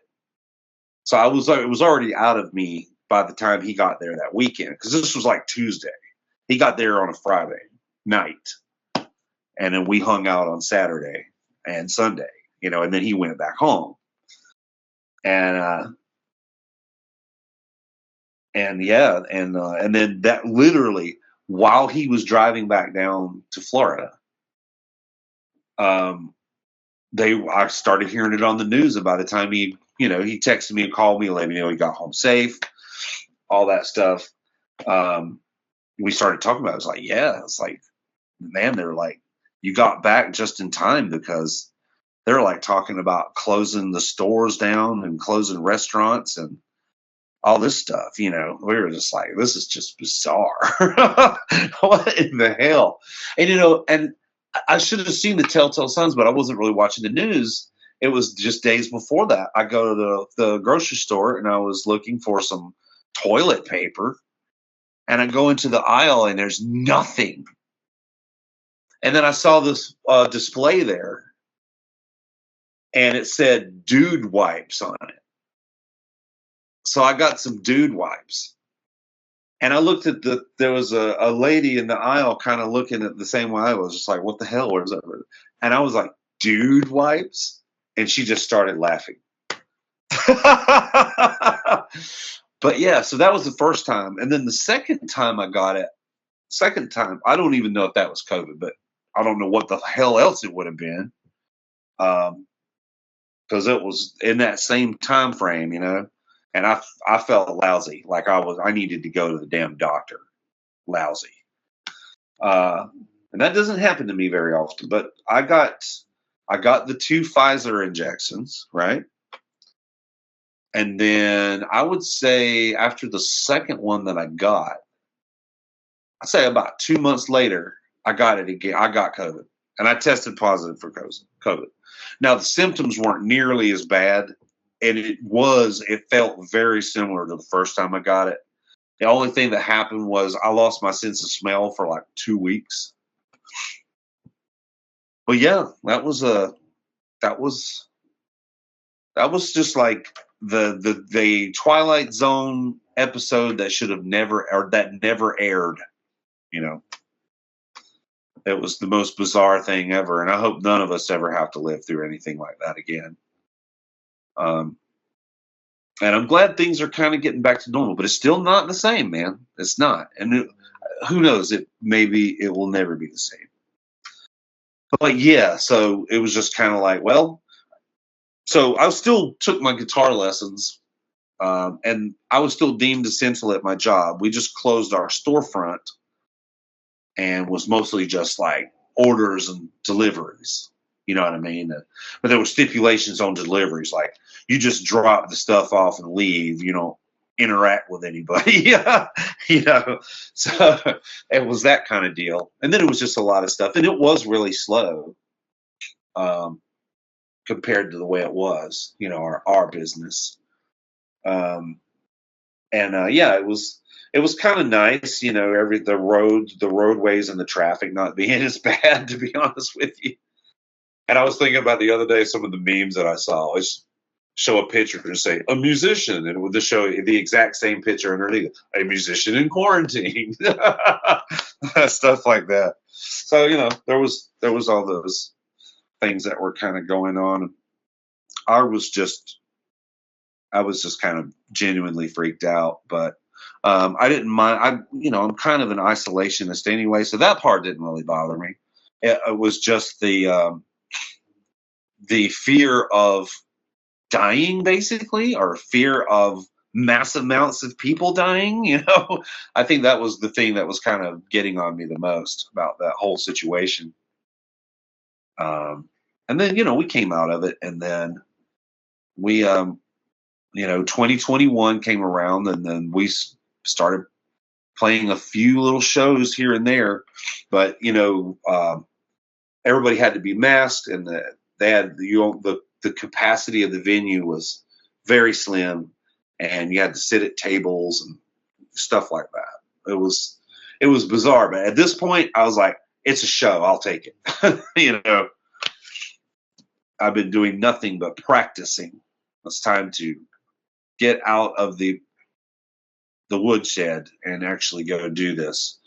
And came out. It was the first couple of shows with Joe. Went really well and just got progressively better. And then we ended up doing some more tours. We ended up doing a tour with Unmerciful. We ended up doing a tour with Malevolent Creation. We ended up doing a tour with Accept. That's a good one. My dad loves Balls to the Wall. Those guys really killed it every night. Super pro, super nice guys. Very thankful for that opportunity. And then, you know, we did some touring last year. U.S. and Canada. We did the Loud as Hell Festival in Canada. That place is awesome. Drumheller. It's like one of the largest, like, dinosaur bone places, you know, in the world. That's pretty cool. It's the way it's all themed and stuff. That's interesting. Staff there was really awesome. Crowd was really awesome. Pretty cool. They're doing it again. We're playing another festival in Canada this year, but they're doing that again. I think right now they're doing it. I see some advertisements for it anyways. But yeah, so we got a good 5-week tour coming up. And, you know, we got our sights set on Europe too. We're going to try and get over there. That's going to be happening pretty soon as well. But these things take time. So when I say that's going to happen soon, it's probably going to be like 2025 soon. You know what I mean? You have to start that process way in advance. And in the meantime, we're just going to keep putting it out there, you know. All right, sounds good. I was almost going to say, don't toy with my emotions. I'm so anxious for this stuff to come out, man. So, all right. Well, I hope you dig the new single when it comes out, man. I really like how it turned out, and I like what the vocals are talking about. It's this. I'm not without revealing the title or anything like this. This new single that's coming out, it's basically me expressing my own personal views on living life and being free and realizing the controlling powers in our lives right now, you know, and the corruption and all that. We need to be very aware of it, and but also remember to, you know, live free and not be so within these constructs of life that we've just been kind of put in. You know what I mean? Let's kind of think outside of that box a little bit. You know, don't be so afraid to sleep under a bridge. You know what I mean? Yeah, it's pretty cool. I was about to say the Rammstein song "Full of Fry," bang bang. So yeah. No, it's kind of talking. I've always kind of viewed myself in a way, at least in the past 18, 20 years, as a sort of a modern day barbarian, where, you know, I don't need like your religion or your set of rules to give me a proper moral center, to be a good person, to be an honest person, to be altruistic. You know, I don't need all this indoctrination. You know what I mean? In fact, I think that stuff is very divisive a lot of times and causes people to be very bad towards each other. You see it in history. I mean, my favorite author ever. He, you know, he jokes about he's a parody guy. He's Douglas Adams. He's like one of my favorites. But yeah, religion has caused more war than just about anything has caused on this planet. And, why the hell would I want to be involved with something like that? And that's just my personal opinion. I don't down on people for what they believe or who they are or who they think they are. That's not my place. It's not anybody's place. Don't be judgmental. This is like the most uncool thing you can do, is to be judgmental to someone who is different than you, And I think this song actually talks about that a little bit too. But yeah, that's kind of my basic philosophy is I'm very much agnostic. I don't subscribe to any of that bullshit. I don't really believe anything. Hell, even if I see it with my own two eyes and hear it and smell it, even then it's fucking questionable if it's actually there or not, dude. So, it's like, why the hell should I believe what the hell I'm seeing on the TV right now? Not too sure. I would say there is more that meets the eye. So I'll just leave it at that. Oh, absolutely. And then some of it's just utter bullshit, The only way to really know is to actually be there. And so see it, feel it, yeah. That's somewhat liberating to know that that's the way it is. Maybe I don't want to know what's going on over there. That's also. I don't want to know what the Joneses are doing next door. So yeah. Yes, maybe I don't give a fuck. That's my choice. That's the agnostic barbarian coming out right there. How about if I don't give a fuck? But I'm still a good guy, not out there, ripping people off or underpaying them or trying to take over their little country or anything like that, just playing some metal, man, shooting the shit. I'd be Vladimir Putin. So I see why. Oh God. But in all seriousness, though, it's good to see you have made it through right there. So, as the saying goes, what doesn't kill you makes you stronger. So, good to have you on right, Dallas. And weakness is just pain leaving the body. Or, no, pain is just weakness leaving the body. There you go. Something like that. I thought it was like pain reminds you that you're alive. Yeah. Yeah, pain is just weakness leaving the body. I'm trying to remember that was weakness is just pain leaving the body. Hey, wait a minute. I mean, hey, it could go either way. So, fair enough. Yeah. So, we actually almost talked for almost 2 hours already. But here, let's talk about this one. I guess, what's your current gear that you've been using? Lately, my favorite go-to guitar is Jackson King V. It's actually the JS32T Persuasion. I'm getting away from Floyd Roses altogether. I'm just over it. They stay in tune pretty well. I know how to set them up and get them to stay in tune and all that. I started breaking strings on them for some reason. And also I always over tighten and strip stuff. And it's too much, especially if you're going to tour. So the JS32T has a 2-nomadic bridge, and it's just a standard old bridge. And one of them's in the shop right now getting a full setup, and I'm getting locking tuners put on. And that's been my thing. And I used the Seymour Duncan JB in the bridge and Jazz in the neck. And a friend of mine, also a great guitar player and really good guitar tech, knows how to do the fretwork and all that stuff. He turned me on to Jackson guitars, and I'd had one before, and it was pretty good.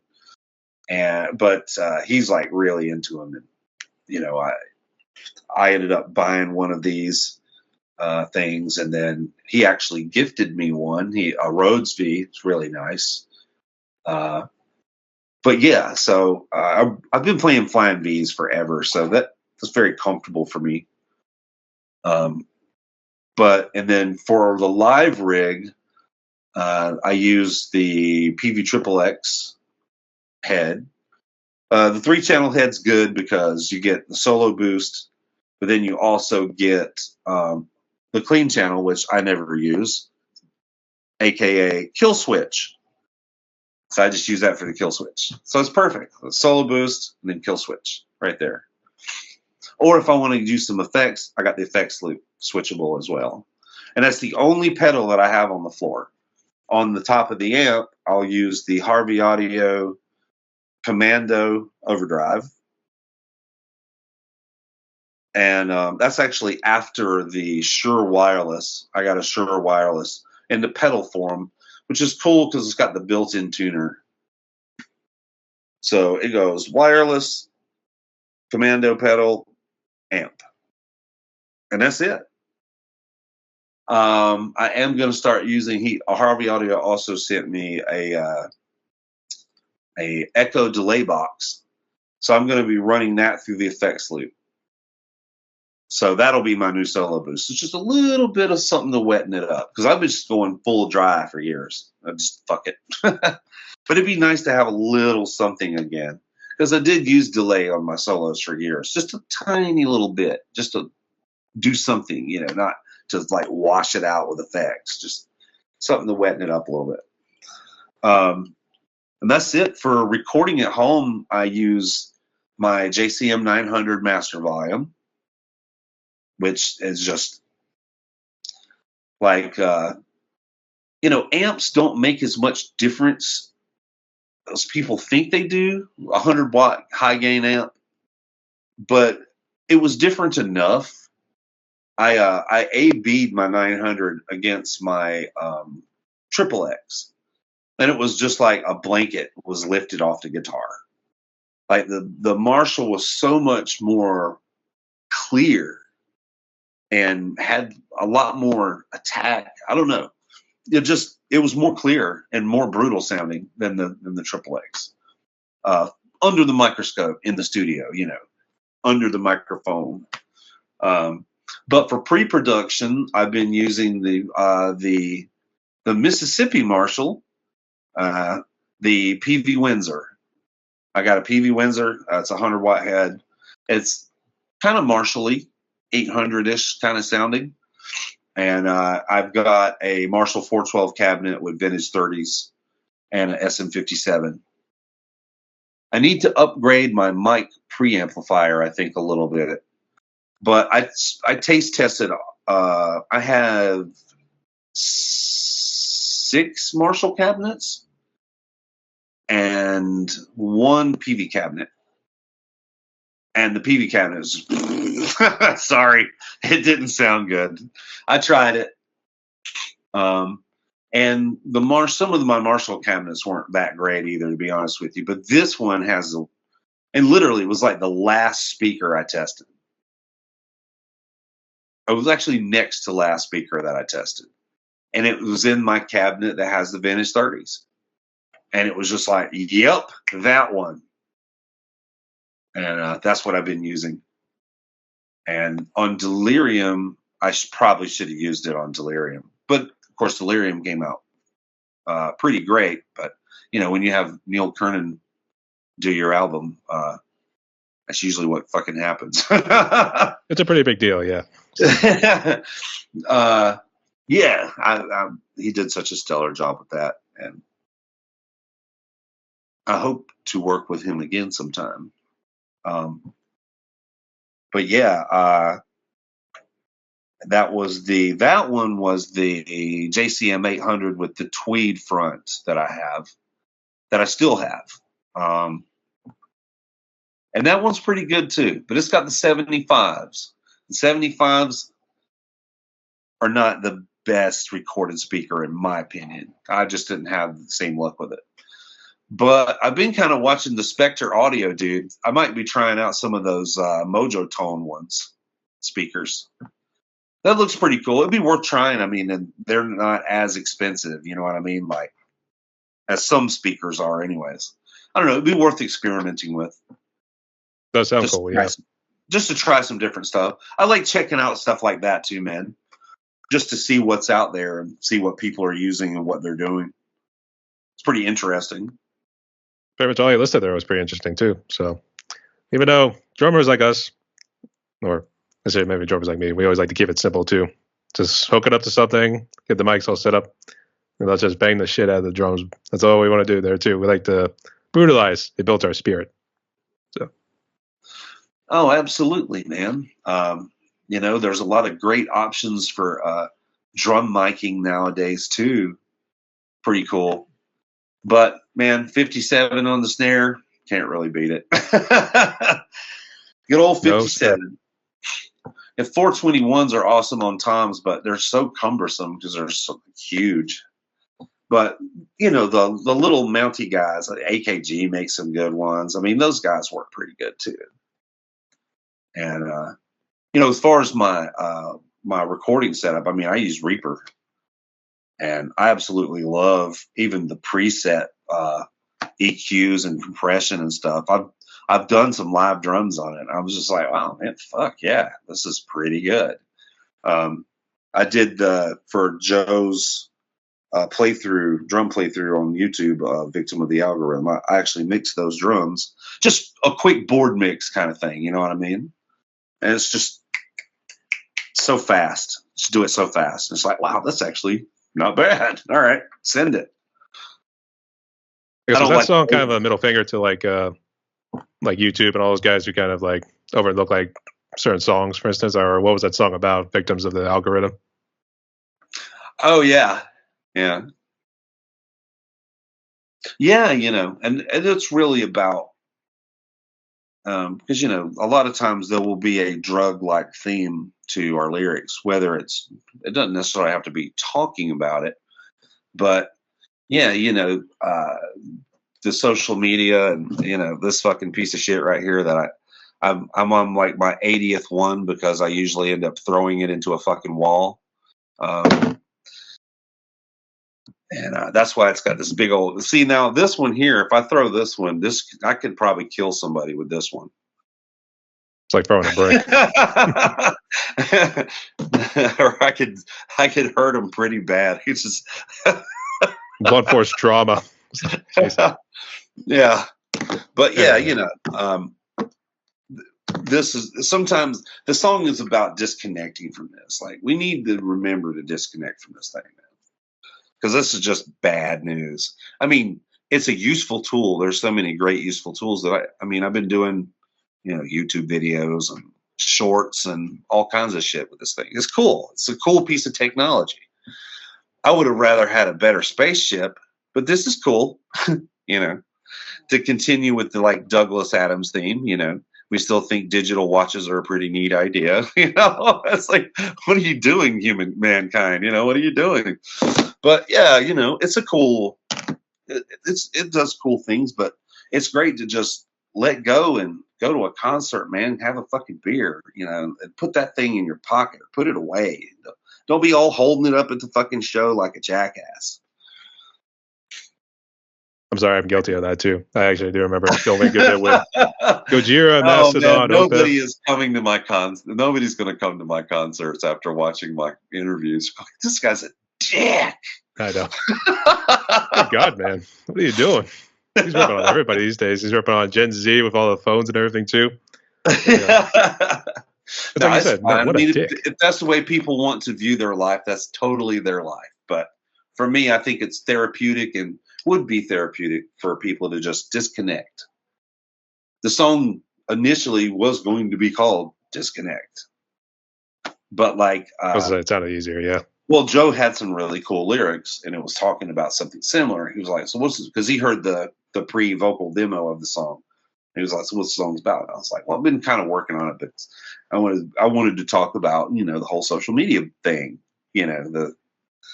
and just how it kind of pits people against each other sometimes, or maybe they're just that neurologically typical that they just, I don't know. It's hard for me to understand what's going on with all of that still. But, he had a thing that he had written called Victims of the Algorithm. And I checked it out, and all of a sudden I just was reading this, and the rhythmic side to the lyrics even was just like, this is going to fit in this song perfectly.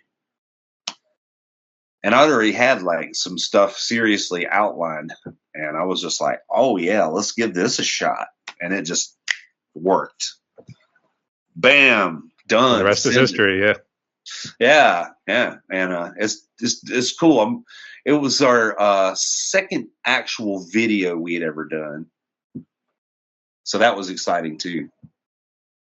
That was pretty sweet. I have to check out the music video for it. I have to check on YouTube and everything. So, oh yeah, definitely check it out, man. I've been doing a lot more things over there just for fun. We decided to do playthroughs of all the. Well, there was already some playthroughs out of some of the material from the debut, but we were celebrating the 10-year anniversary of the debut, and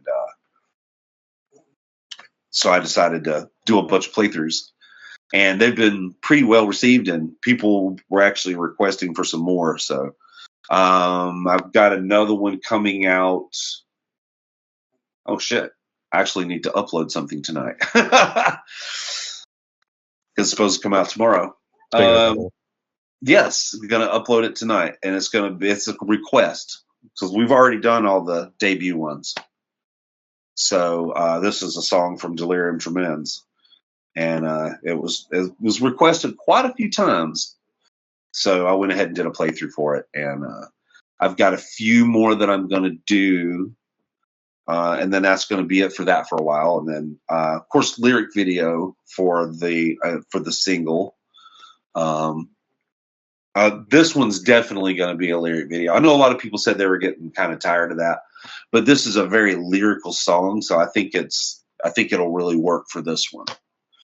And so that'll be, two newer music. Well, Sex Lies DNA is the newest video, and that's I've gotten really crazy heavy into true crime. I'd say the past 7 years or something. Really, probably when I read that damn Donald Henry Gaskins book. I think that's kind of triggered me. And then it's just been, instead of dinner and a movie, it's dinner true and crime a murder. Dinner and a murder. We've been watching Forensic Files 2 every night for dinner. And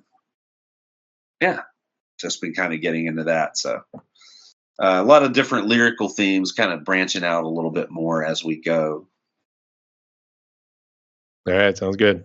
Can't wait to check it out too, man. Won't keep you on here very long because we're already past the 2-hour mark. But oh yeah, don't let me keep you, dude. I'm actually off tomorrow, although I have 10,000 things to do tomorrow. So I'm just kind of chilling. I'm glad the internet is fucking working. That's great. We actually get to get a good interview done. A couple I'm sure you got plenty that you can. Are you going to do an edit of this, right? Oh yeah, pretty much. But actually, let's jump into fun questions. I was gonna say, let's jump into fun questions, and then we got one more after that too. So, ready for some fun ones? Yeah. Okay. Yeah. All right. So, start with the first one right here, I guess. So, what would you consider is your favorite food? Man, that's a tough one. I would have to probably say a good steak dinner. Like a lot of times we'll just do steak and broccoli. Like I'll pick up a couple of ribeyes and we'll just do a bunch of broccoli with it, and that's it. And it's pretty, it's pretty. You don't have to worry too much about that. Especially you can have all the broccoli you want. That's not going to hurt you. And good luck having that make you fat or anything. So you can have a shit ton of it. So I eat a lot of broccoli. But yeah, man, I love steak. I mean, that's still what's better than a nice medium ribeye. You know what I mean? I'd probably argue a burger, but I don't want to contest with you on that. So I love burgers too. I mean, that's definitely in the top 10. Good choice. All right, fair enough. And I can make a pretty mean burger. You like a medium well, or do you like to kind of keep a little juice in it? I like I like a little juice, but I like my ground beef well done. Oh, you're one of those ones. Okay, fair enough. Yeah, but I don't want it all dry, like rubbery either. Yeah, if it's a little pink, it ain't gonna bother me. You know what I mean? But I prefer it to be cooked all the way through. But just cooked all the way through. Yeah. Yeah, so I'll make it like you're buying into a brick or something. So yeah, I know what you mean. Oh yeah, no, it's got to be tender and juicy, and I like it to have some fat content to it. It's okay to have a little. If it's too lean, then it definitely gets real rubbery. Yeah, But No. yeah, that'd make a pretty mean burger. And hot dogs. I like hot dogs. Fucking shitty ass gas station hot dog. I love it. We'll take it. But Just a little ketchup and mustard. I don't eat them. I haven't eaten anything like that in over a year. Longer than that even. I try to stay away from bread, cheese, and sugar. Probably new diet Everything plan. else, and I don't do dairy. I've never really cared for it, except for cheese, and now I don't even really do cheese. So, Something like you're going to vegan here, Dallas. So no, it's just more like paleo, I guess, like meat and potatoes, man. Or meat, or usually just meat and vegetables, it's good or mix. fruit. You know what I mean? And fruit. Can't forget the fruit. Or like, I can't really do the damn trail mix crap. I don't know. I can't get into that. It's the same way with oatmeal. I can't do oatmeal for some reason. No, I'd rather have grits, but that's not paleo. But I don't, I'm not that strict with it. A little bit of grits every now and then is not bad with bacon and eggs or something. Good choice. There you go. Breakfast. I love breakfast. We love breakfast. I love bacon and eggs with grits, or even sunny side up eggs. Good choice. All right. Of course, pizza. But again, Well, you can't go wrong with pizza. I try to stay away from bread, but the grocery store has cauliflower bread pizza, which is actually really good. The cauliflower. Check it out. That's an interesting mix. Instead of like bread, it's like cauliflower. But it's really good, man. It's got a great flavor to it. Instead of kneading out the dough, we just knead out the cauliflowers, just make it all flat and everything. So interesting. Yeah. Well, I tried to, I was getting, I would say about 7 years ago, and actually during the pandemic as well. Boy, I was getting pretty heavy. I was getting close to 250 pounds when we came out of the pandemic. I had the same problem too, so I can relate. So yeah, and it took me a minute. I started losing weight on tour, of course, because you're just sweating it out and not really eating properly, liquid diet mostly, and out there thrashing it up every night, and then I just kind of took it to the next level because I actually started dating this girl, and she was like, I was telling her I kind of wanted to lose, and she's a great cook. So, yeah, she was like, well, I can make you all this paleo dishes. And I just did that for like 6 months, man, and I got down to 196 from 250 in 6 months. look at that preacher there. I cut out beer, too. I wasn't really drinking beer because that'll also put it on you. That's true, yeah. So, yeah, I just cut out all the sugar, basically, and it just went away. And here I am. Look at me now. So yeah, I'm gonna get back. Congratulations, I've lost a little. I've gained a little back, so I'm gonna kind of trim back off before I go on tour and get back to square one. Yeah, I'll start lifting again too. I'll just get limber, get ready, hit the set list like 20,000 times. Be good. That's good warm up. So yeah. And that's just the start of the day right there. So okay. For the next one, what would you consider as your favorite movie? That is a tough one too. That's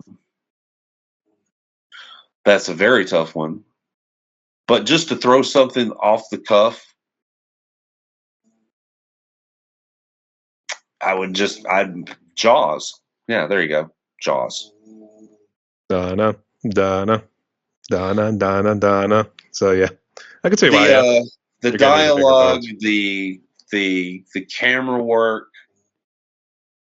I mean, the shark looks kind of shitty, but it didn't back then. Had to make sure what you got. I take it back. It doesn't look that bad. It's just that we have such higher like I have it on Blu-ray, and Jaws the movie looks amazing on Blu-ray. Until you see the shark, it's just too revealing. They were really relying on that smudge to make it look better. Anyways, but that would be definitely a top contender because it was just groundbreaking at the time. And as soon as I got a Blu-ray player and saw it in Best Buy, I was like, "Oh, Jaws!" and I bought it. But I like a lot of strange movies, like The Car. Did you ever see The Car? I haven't, no. Yeah, it's about this evil car that is literally from hell and it's running people over. And That actually sounds like a Futurama episode I did see. I did kind of like elaborate on that. Yeah, it was like Anti-Chrysler was like what they were using there. So, Anti-Chrysler, that's funny. Yeah.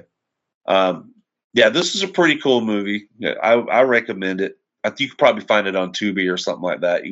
Or you could just probably, do you have Roku or anything like that? You probably just. I want to say yes, but I think we got like Hulu and like all those other apps whenever you log on to the TV there. So we got the Roku style TV, and there's a lot of live streaming channels, but there's also just like, you can just go to the search on there and it'll tell you, you put in a movie there and it'll pop up what streaming service it's on, It's probably on like Tubi or something like that. That's a really good one. And, a lot of people think about car movies. They think like Christine or something, which is also a really good movie if you've never seen the original Christine. I know they're talking about doing a remake. That I would highly recommend that. Actually, we're saying car movies. You figure like Fast and Furious, all those guys in it. That's a fun movie. I wouldn't say it has a high level of replay value for me.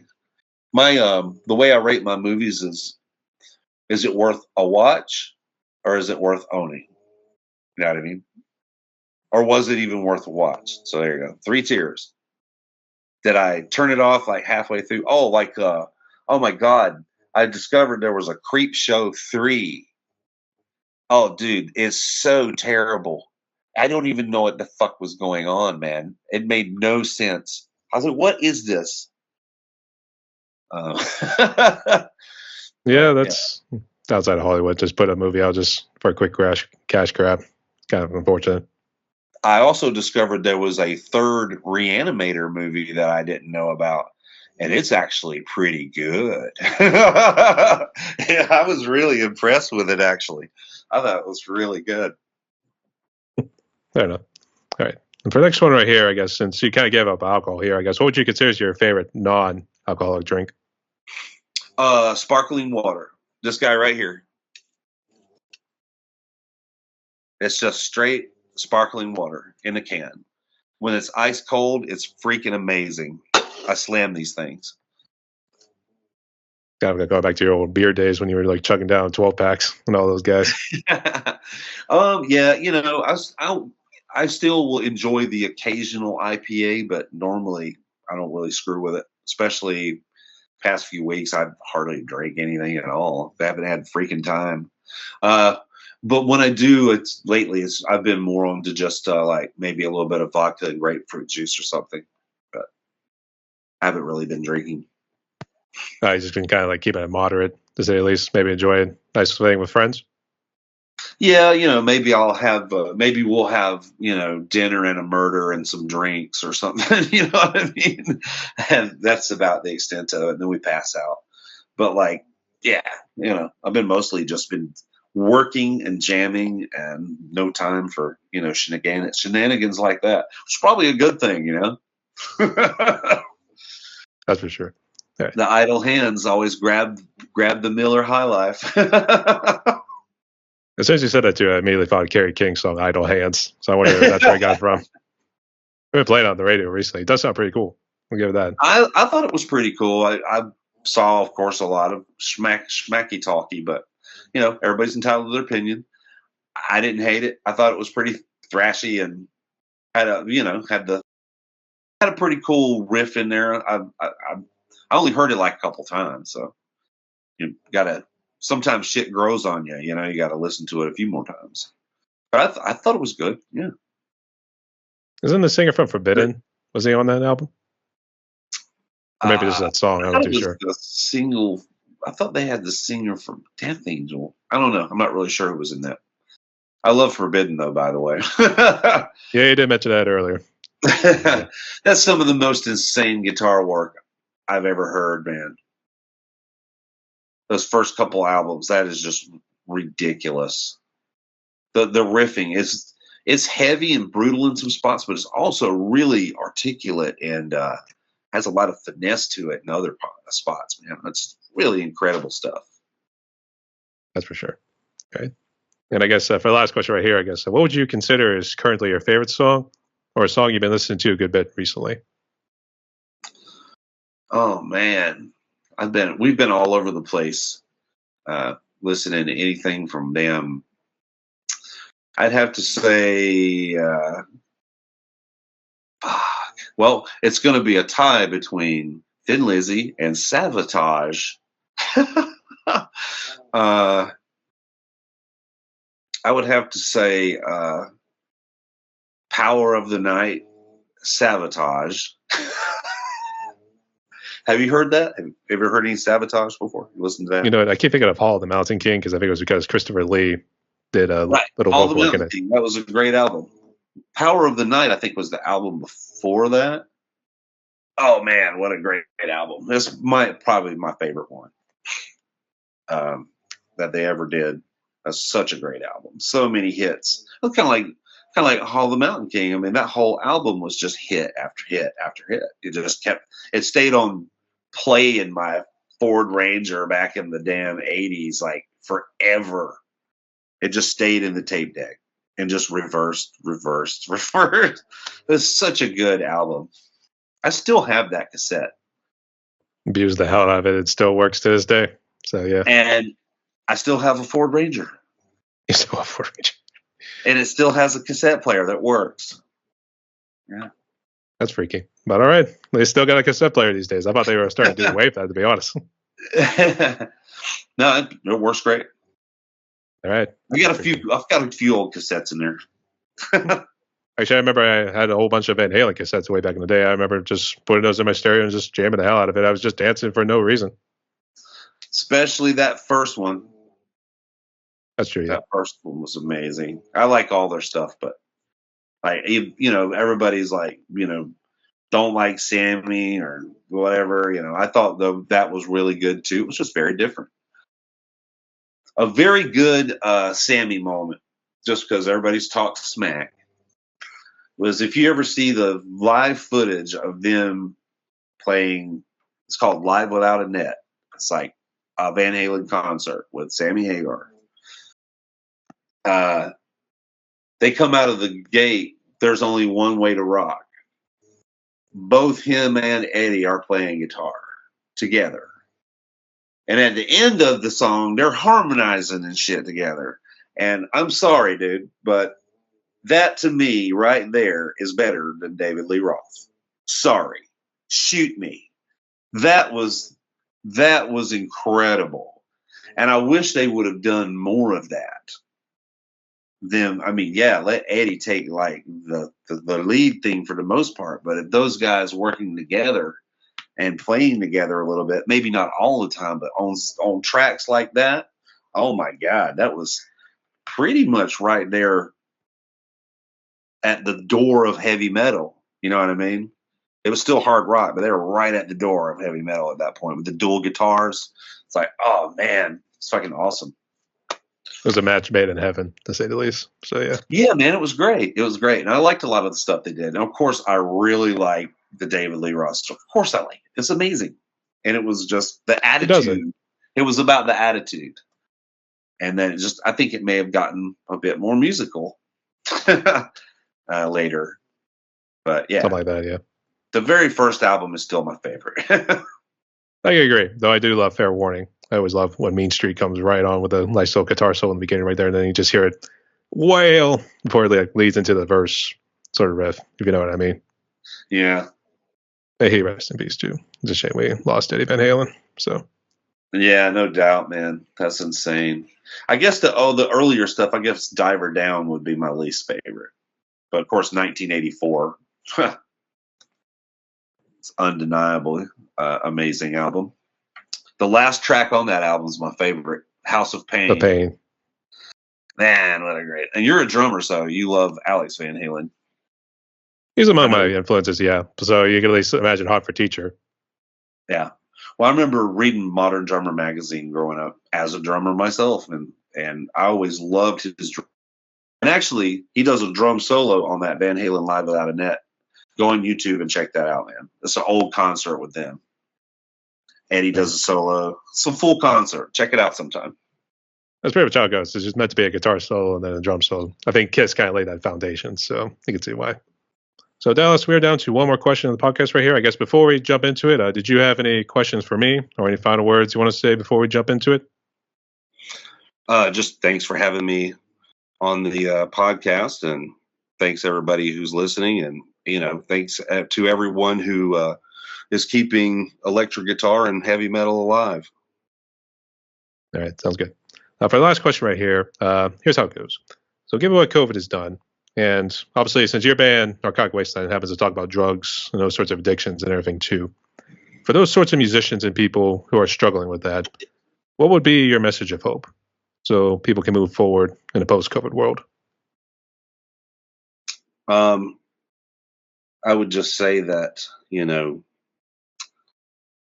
love yourself, and anything can be possible. And, we all have our battles that we have to fight. And, I wish everybody the absolute best moving forward with everything going on, not just, COVID and all that. We got these weird ass politicians doing weird stuff. And, we're all down here in the trenches, barely making it, and have decent educations and making what could be decent money, and what used to be decent money. There's no longer decent money. So everybody's in this sort of thing. And so it can be very easy to just say, fuck it, and grab that bottle and just fall right into it. I get it. I totally get the struggle, but we just got to keep our heads clear and keep our eye on the prize and just make the best of the situation and survive and help each other out. We'll have to help each other out of this. There's no going in alone, but, just try to stay positive. And, sometimes we get stressed out and we might want to do drugs or drink or something like that. And, it's just going to amplify the situation, and you're just putting off something anyways. It's, more productive not to have those distractions if possible. But I know that it can be very difficult, especially when there is a chemical bond involved with the drug and the person. Alcoholism is a similar thing too. Anything that can pretty much kill you if you take too much of it, kind of thing. But, just the sort of need, or just the need for it. You feel like you need it. I don't know. It's hard to explain. But I feel for everybody and wish them the best in their endeavors, because, it's not easy. It's not an easy road. That's for sure. And spoken like a true prodigy. So, all right. So, Dallas, we've reached the end of my podcast right here. And, man, this has definitely been the longest one. But, man, it's been an honor to speak with you. That's cool. I didn't mean to hold you up for too long, man. Just chilling, talking, shooting the shit, Well, actually, we started going off tangents with, like, video games and then all this and that about the bands, Nile, Narcotic Wasteland, and everything, too. But, man, it works out. It's good to talk like this. It definitely breaks down. Cool, yeah. At least you'll have plenty to work with, so you can crop it down to something good. We'll make a damn movie out of this. So, yeah, we'll make something. Yeah, you trim the fat on it a little bit and make something decent, I hope. Well, a couple of things here and there, too, but it was to be expected. So it's all good. And I guess just for the audience, if you want to talk about any music promotion and I guess what's social media on real quick. Yeah, just going to continue to do this, man, on whatever level I can do it, whether it be like, touring full time or, getting shows here or whatever I can do. I'm always going to be putting out music, and, I want Narcotic Wasteland to go as long as we can go, and continue to try different things and put out new music. And, just sort of the ultimate goal for me at the end of the day, the most important goal anyways, is for me to just get better at what I do and find new creative ways to do it and find different things that I would like to talk about in a song, you know, like those are all the focuses. Everything else is the gravy, I guess. But I see on the cake. that's the main focus is that. But yeah, if I get to go out and do some touring and release some stuff and people get to check it out, then that's, you know, that's also great. That's it. I knew what I was getting into when I started playing the music that I actually like. I knew what I was getting myself into, man. But and that's just it. You know, at the end of the day, it's about the music. It's about what I want to do with it, what the band wants to do with it. You know, the rest is bullshit. Pretty much, but we're having fun with it nonetheless. So that's it. You know, you got to have fun with it. Once it's no longer fun, well, you're just not going to want to do it anymore. That's how it is. So it has to be fun. Can't take it too seriously, but definitely take it seriously. You know, take the craft seriously, but don't take yourself seriously. Fair enough. Something like that. You know what I mean? Something along those lines, yeah. Okay. Yeah. Just real quick, what social media are you on so people can check out your music and I guess see what other works you're doing?